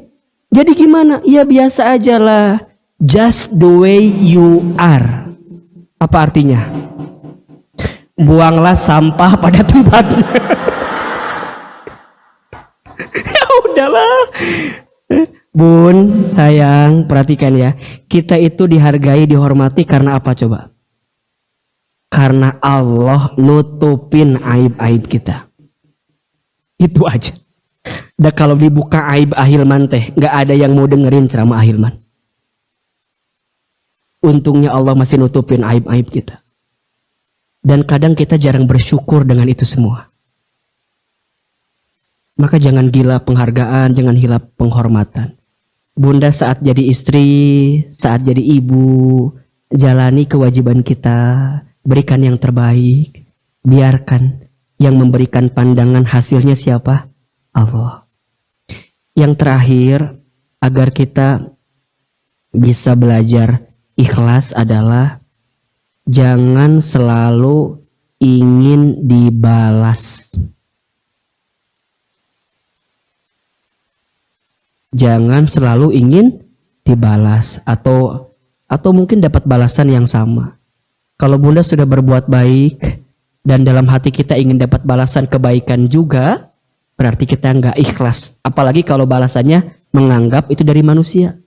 Tapi cukuplah menyimpan balasannya dari siapa? Allah. Kan Bunda percaya, hal jazaul ihsan ilal ihsan. Tidak ada satu kebaikan yang kita lakukan kecuali balasannya adalah kebaikan. Dan Allah mah mual salah nilai itu sama kita. Allah mah nggak akan salah ngitung dengan amal-amal kita. Pasti semua tercatat dengan rapih semua kebaikan kita. Begitupun dosa kita. Makanya kalau Bunda sedang berbuat dosa, berbuat maksiat, kudu hati-hati. Dan pasti Allah melihat kita. فَمَنْ يَعْمَلْ مِثْقَالَ ذَرَّةٍ خَيْرًا يَرَهُ وَمَنْ يَعْمَلْ مِثْقَالَ ذَرَّةٍ شَرًّا يَرَهُ. Barang siapa yang berbuat kebaikan, walaupun sebesar biji zarrah, Allah pasti membalas kebaikan itu. Dan barang siapa yang berbuat keburukan, walaupun disembunyikan, dirahasiakan, Allah pasti membalas keburukan itu.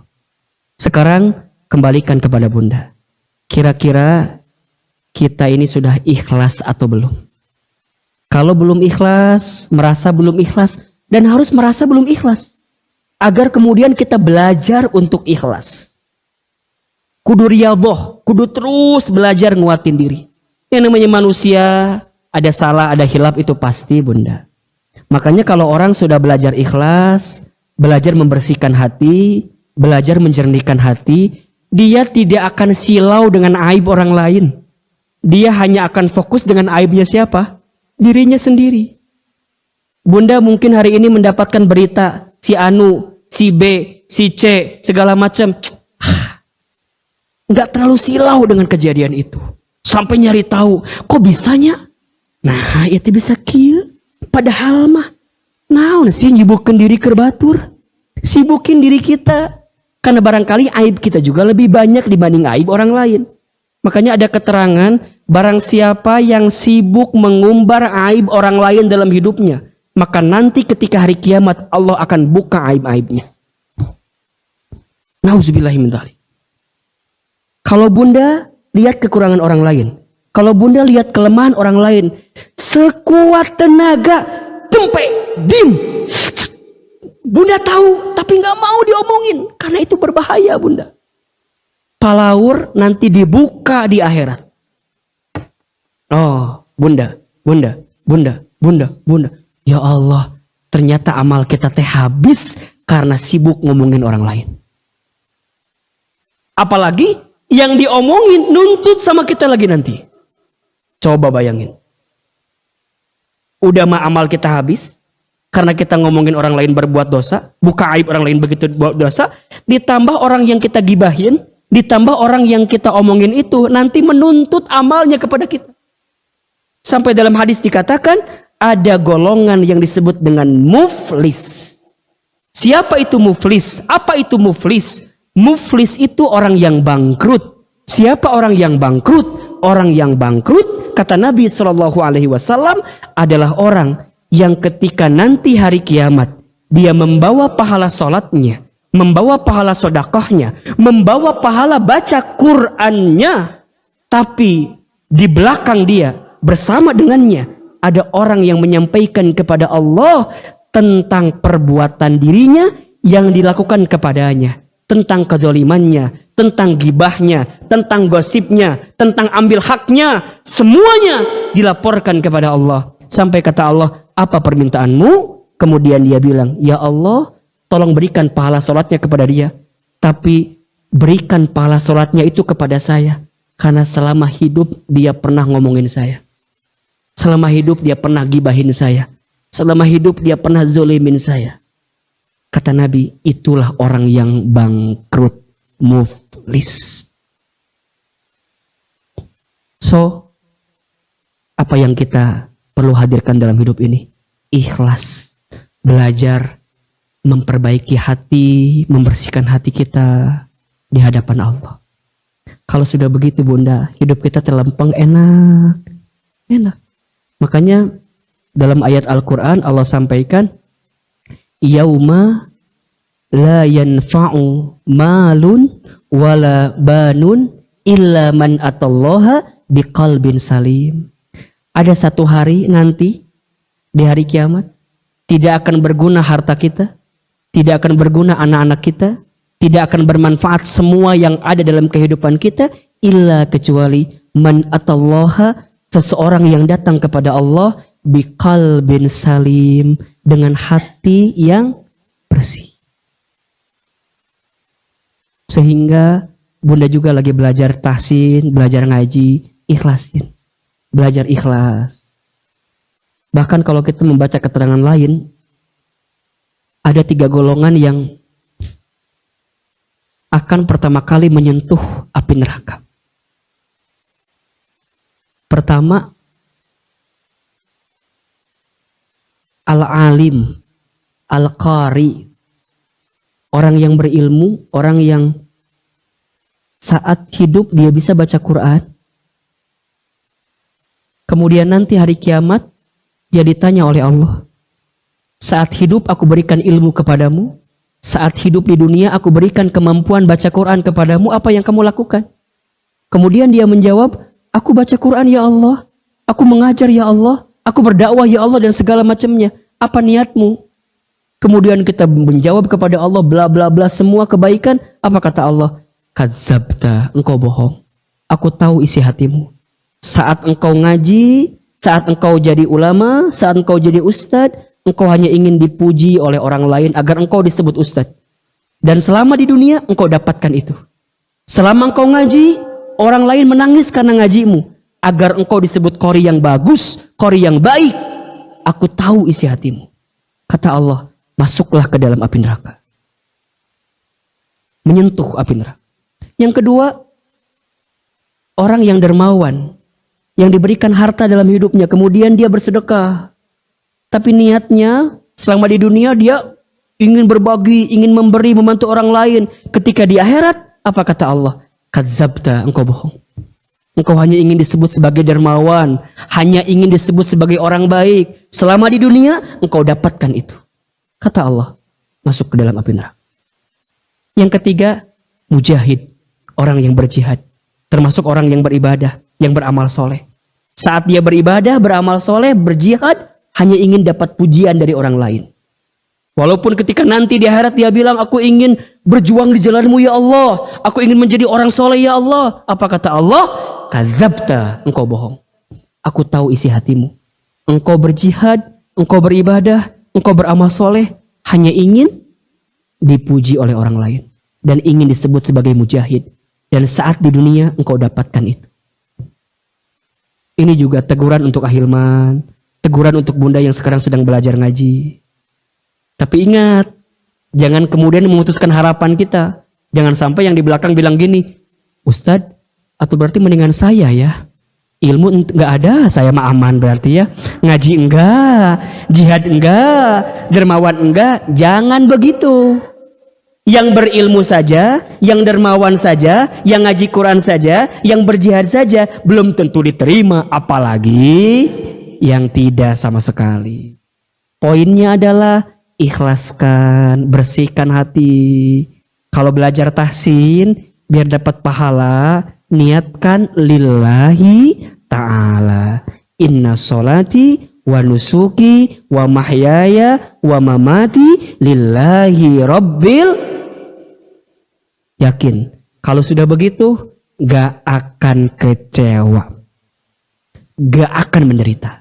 Kalau sekarang bunda kecewa, kalau sekarang bunda menderita, baca bab tadi. Biasanya itu jawaban.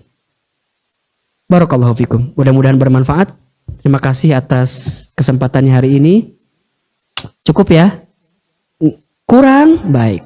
Nanti karungan ustadznya ya, bawa kaimah di karungan. Baik. Bunda sayang, terima kasih banyak atas perhatiannya hari ini. Dapat ilmu nggak hari ini? Banyak atau sedikit? Mau diamalkan? Insya Allah ya. Bunda, sebelum kita doa muhasabah, Masya Allah. Oh ini Ustadz Wita kehadiran teman dari Serang, Banten. Berangkat dari Banten jam 6. Masya Allah. Aduh punternya, Ahilman ngumuminnya. Biar jadi nggak ikhlas nanti kan ya. Asal jangan beliau yang ngumumin. Alhamdulillah. Dari jam 6 ya. Alhamdulillah. Pulang ada ongkos kan ya? Ada. Ke Banten lumayan ya, agak jauh ya. Kita doakan mudah-mudahan bunda juga yang datang hari ini, yang dari Banten jauh, Masya Allah. Ada yang dari Ciomas? Ciomas juga kan jauh ya. Ciomas juga kan jauh ya. Ada yang dari Darmaga ada. Ada yang dari Lewilia enggak? Ada, Masya Allah. Semua. Cilebut ada? Ada. Ibu rumah di Cilebut. Di pas stasiunnya itu ya, bukan? Senangnya lagi. Bunda semua yang datang hari ini terima kasih banyak. Bunda sebelum kita doa dan muhasabah, kita sempurnakan dengan infak sedekah terbaik. Karena infak itu amalan yang dicintai oleh Allah. Ya, dalam Al-Quran Allah sampaikan tidak disebut mendapatkan kebaikan jika seseorang belum menginfakkan apa yang dia cintai. Berikan infak terbaik untuk dakwah di As-Sakinah. Sama-sama kita sholawatan. Ya Nabi, salam alaika. Ya Rasul, salam, salam alaika. Ya Habib, salam alaika. Salawatullah alaika. Sama-sama. Ya Nabi, salam alaika. Ya Rasul, salam, salam alaika. Ya Habib, salam alaika. Salawatullah alaika. Ya Nabi, salam alaika. Ya Rasul, salam, salam alaika. Ya Habib, salam alaika. Salawatullah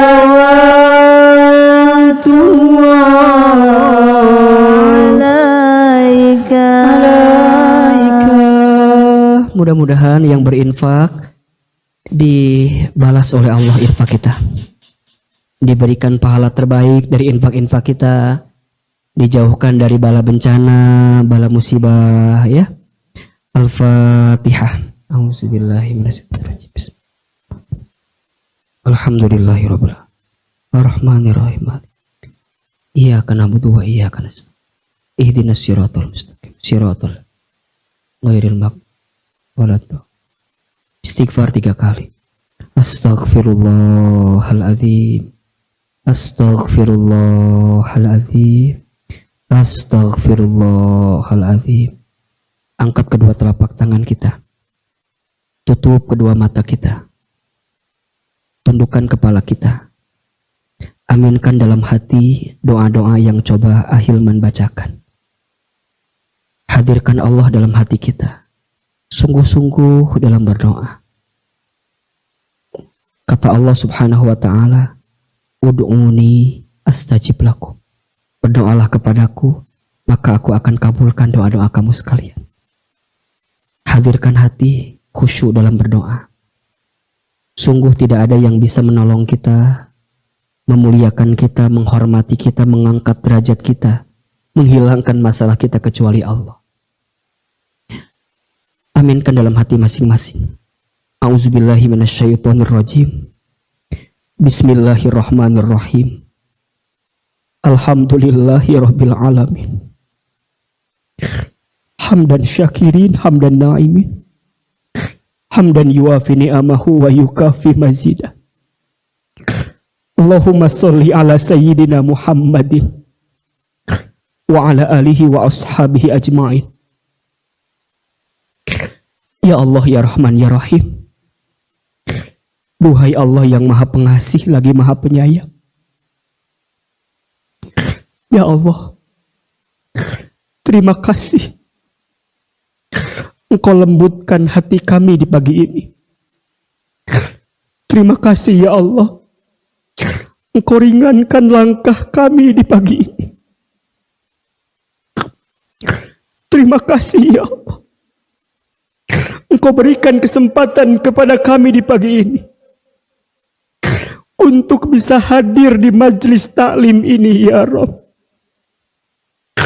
Ya Allah,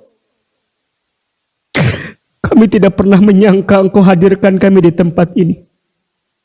Engkau hadirkan sahabat-sahabat baik yang bisa mengiringi kami. Engkau berikan kepada kami kebersamaan dalam mendekat taat kepadamu bersama orang-orang yang kami cintai ini. Padahal Engkau tahu siapa diri kami ya Allah. Engkau juga tahu buruknya masa lalu kami. Engkau juga tahu banyaknya dosa-dosa kami. Engkau juga tahu seringnya maksiat kami. Engkau juga tahu kotornya diri kami. Tapi hari ini Engkau berikan kesempatan kami untuk hadir ke masjid ini. Sungguh ini nikmat yang begitu besar dalam kehidupan kami ya Allah. Ya Allah, ridhoi pertemuan kami pagi ini ya Allah. Rahmati kami semua di pagi ini ya Allah. Berkahi ilmu yang kami dapatkan pagi ini ya Allah. Allah, Engkau tahu betapa kerasnya hati kami. Tapi seketika Engkau mampu lembutkan hati kami ini. Ya Allah, Engkau juga tahu betapa banyaknya dosa kami, yang kami tidak bisa menghitung begitu banyaknya dosa kami. Tapi Engkau berikan kesempatan lagi kepada kami untuk terus memperbaiki diri kami di sisa hidup kami ini ya Rabb. Maka ya Allah, ya Ghaffar, ya Ghafur, Engkau yang maha mengampuni semua dosa kami. Ampuni kami semua ya Allah. Seburuk apapun masa lalu kami ya Allah,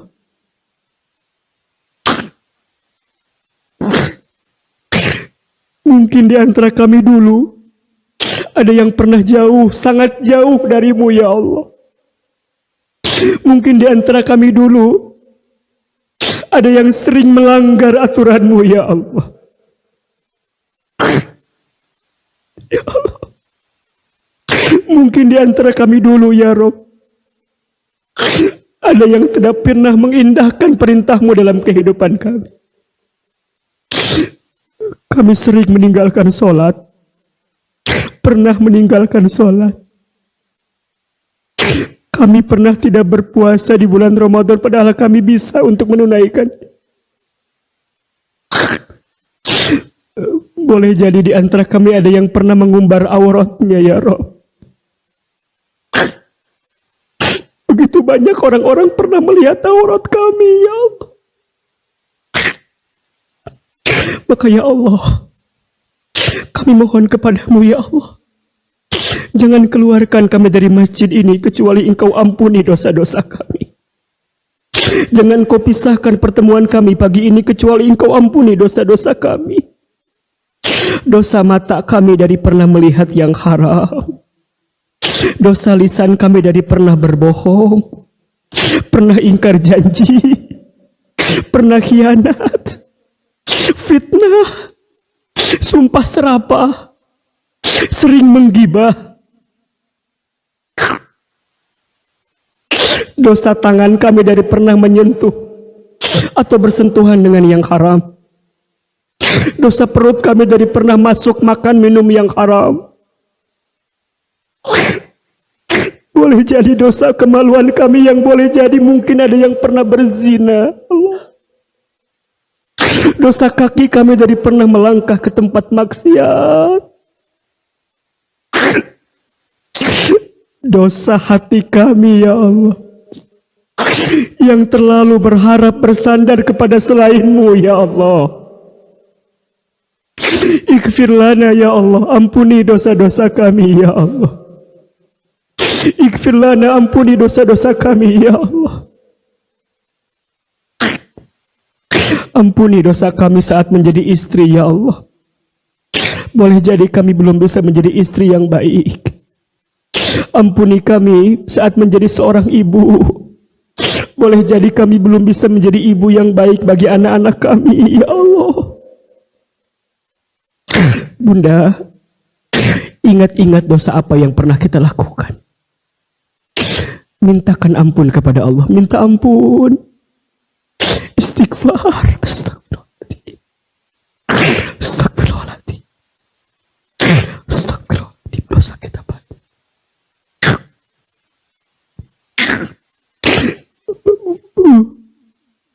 Dosa kepada orang tua. Mungkin di antara kita pernah ada yang menyakiti hati orang tua. Ada yang pernah menyinggung perasaan orang tuanya. Ada yang pernah menyakiti hati orang tuanya. Ada yang pernah mengecewakan hati orang tuanya. Ibu, bayangkan wajah ibunda kita. Perempuan yang paling hebat banting tulang untuk kita. 9 bulan mengandung kita. Melahirkan hidup mati untuk kita. Menggendong kita. Membesarkan kita. Tapi dalam hidup kita lebih banyak menyakiti hati ibu kita. Bayangkan wajah ibu kita, dekatkan wajahnya. Ya Allah, halalkan semua darah yang pernah keluar dari rahim ibu kami saat pernah melahirkan kami. Halalkan jerih payahnya, capeknya, lelahnya ya Rabb. Begitupun bapak kita, ayah kita. Laki-laki tangguh, bertanggung jawab. Ya Allah, kami mohon kepadamu, ampuni dosa kedua orang tua kami ya Allah.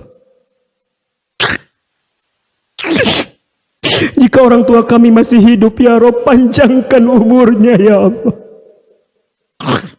Sehat afiatkan tubuhnya ya Allah. Berikan kesempatan kami berbuat baik untuk orang tua kami sebelum orang tua kami wafat ya Rabb.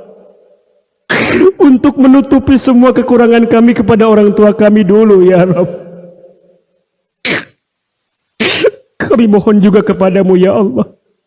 Namun seandainya orang tua kami ada yang sudah wafat, lapangkan alam kuburnya ya Allah. Terima iman Islamnya. Tempatkan orang tua kami di tempat terbaik-Mu ya Rabb. dan izinkan kami kelak bertemu berjumpa kembali di surga-Mu ya Rabb. Allah, kami datang pagi hari ini menengadahkan telapak tangan kami seraya berbisik berdoa kepadamu ya Allah. Siapapun di antara kami yang hadir pagi ini, yang sedang punya masalah, yang sedang punya persoalan, yang sedang punya kesulitan, yang sedang dihadapkan dengan cobaan ujian, ya Rabb, kuatkan diri kami ya Allah. Bunda, silakan berdoa sesuai dengan hajatnya masing-masing. Yang punya kesulitan, yang sedang punya persoalan berat, belajar berbisik kepada Allah apa yang menjadi masalah kita. Hasbunallah wa ni'mal wakil, ni'mal maula wa ni'man nasir. Ayo, yang sedang punya masalah di rumah tangganya, sampaikan kepada Allah. Yang sedang punya masalah ujian di keluarganya, sampaikan kepada Allah. Ada yang sedang merasa sakit, baik fisiknya ataupun psikisnya, baik tubuhnya ataupun hatinya, sampaikan kepada Allah. Minta kekuatan dari Allah. Ya Allah, berikan kekuatan untuk kami ya Allah. Berikan kekuatan untuk kami menjalani hari-hari kami ke depan ya Rabb. Tunjukkan jalan keluar terbaik-Mu ya Allah. Ya Rasulullah, ya Allah, Engkau tidak ada. Sungguh ya Allah, Engkau yang maha semuanya ya Allah. Ya Allah ya Sami, Engkau yang maha mendengar ya Allah. Dengarkan curahan hati kami ini ya Allah. Ya Allah ya Basir, Engkau yang maha melihat, maha menatap ya Rabb. Tatap kami semua dengan kasih sayang-Mu ya Allah. Ya Allah ya Syahid, Engkau yang maha menyaksikan ya Rabb. Saksikan hati kami ini ya Allah.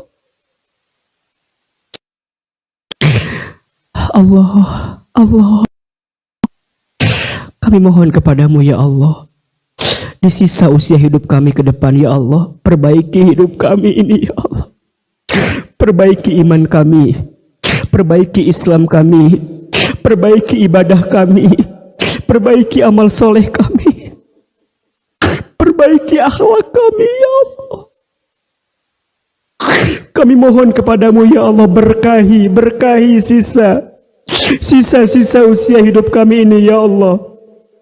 Berkahi diri kami ya Allah. Berkahi rumah tangga kami ya Allah. Jaga pasangan hidup kami ya Allah. Lembutkan hati pasangan hidup kami ya Allah.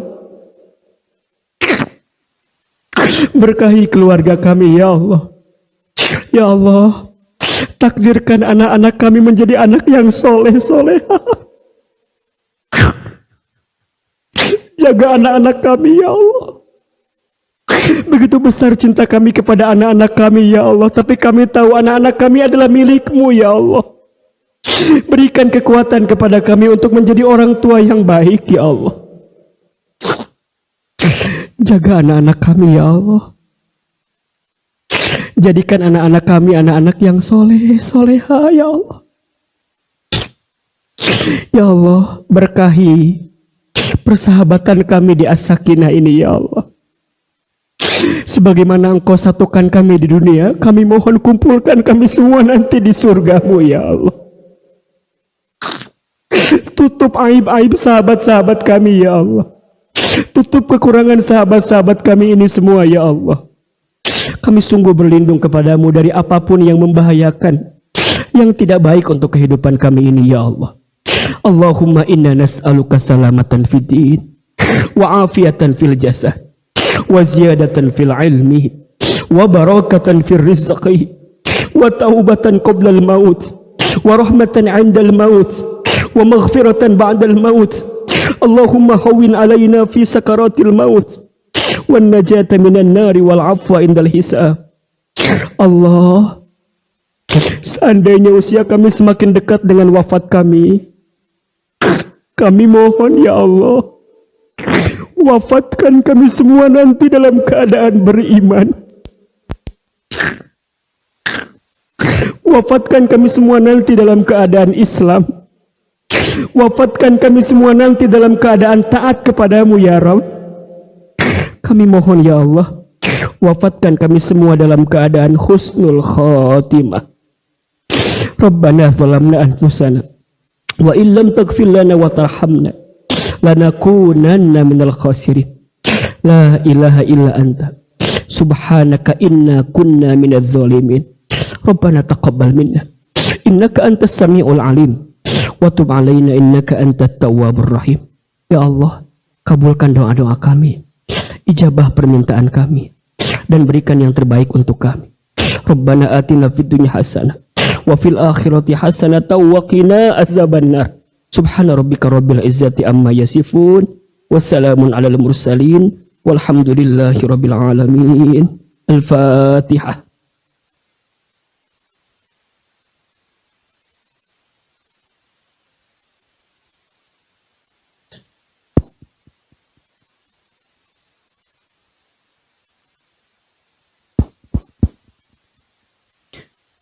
Amin ya rabbal alamin. Mudah-mudahan doa-doa kita diijabah oleh Allah Subhanahu wa taala dan ilmu yang kita dapatkan hari ini bermanfaat dalam kehidupan kita. Bunda, teruslah belajar, teruslah memperbaiki diri. Jangan cepat puas dalam hidup. Selama kita hidup, selama itulah kita masih diberikan kesempatan oleh Allah. Berkali-kali Ahilman sampaikan, kalau bunda dikasih usia oleh Allah, ingat dua hal. Satu, boleh jadi karena amal kita masih sedikit, sehingga Allah berikan kesempatan usia agar kita memperbanyak amal kita. Atau yang kedua, boleh jadi karena dosa kita begitu banyak, sehingga Allah berikan kesempatan kepada kita agar bertobat, banyak bertobat di sisa usia kita. Salam untuk keluarganya semua. Hati-hati di jalan nanti, stay safe, jaga kesehatannya semua. Yang benar dari Allah, yang salah dari Ahilman yang banyak kekurangannya. Wabillahi taufik wal hidayah. Wassalamualaikum warahmatullahi wabarakatuh.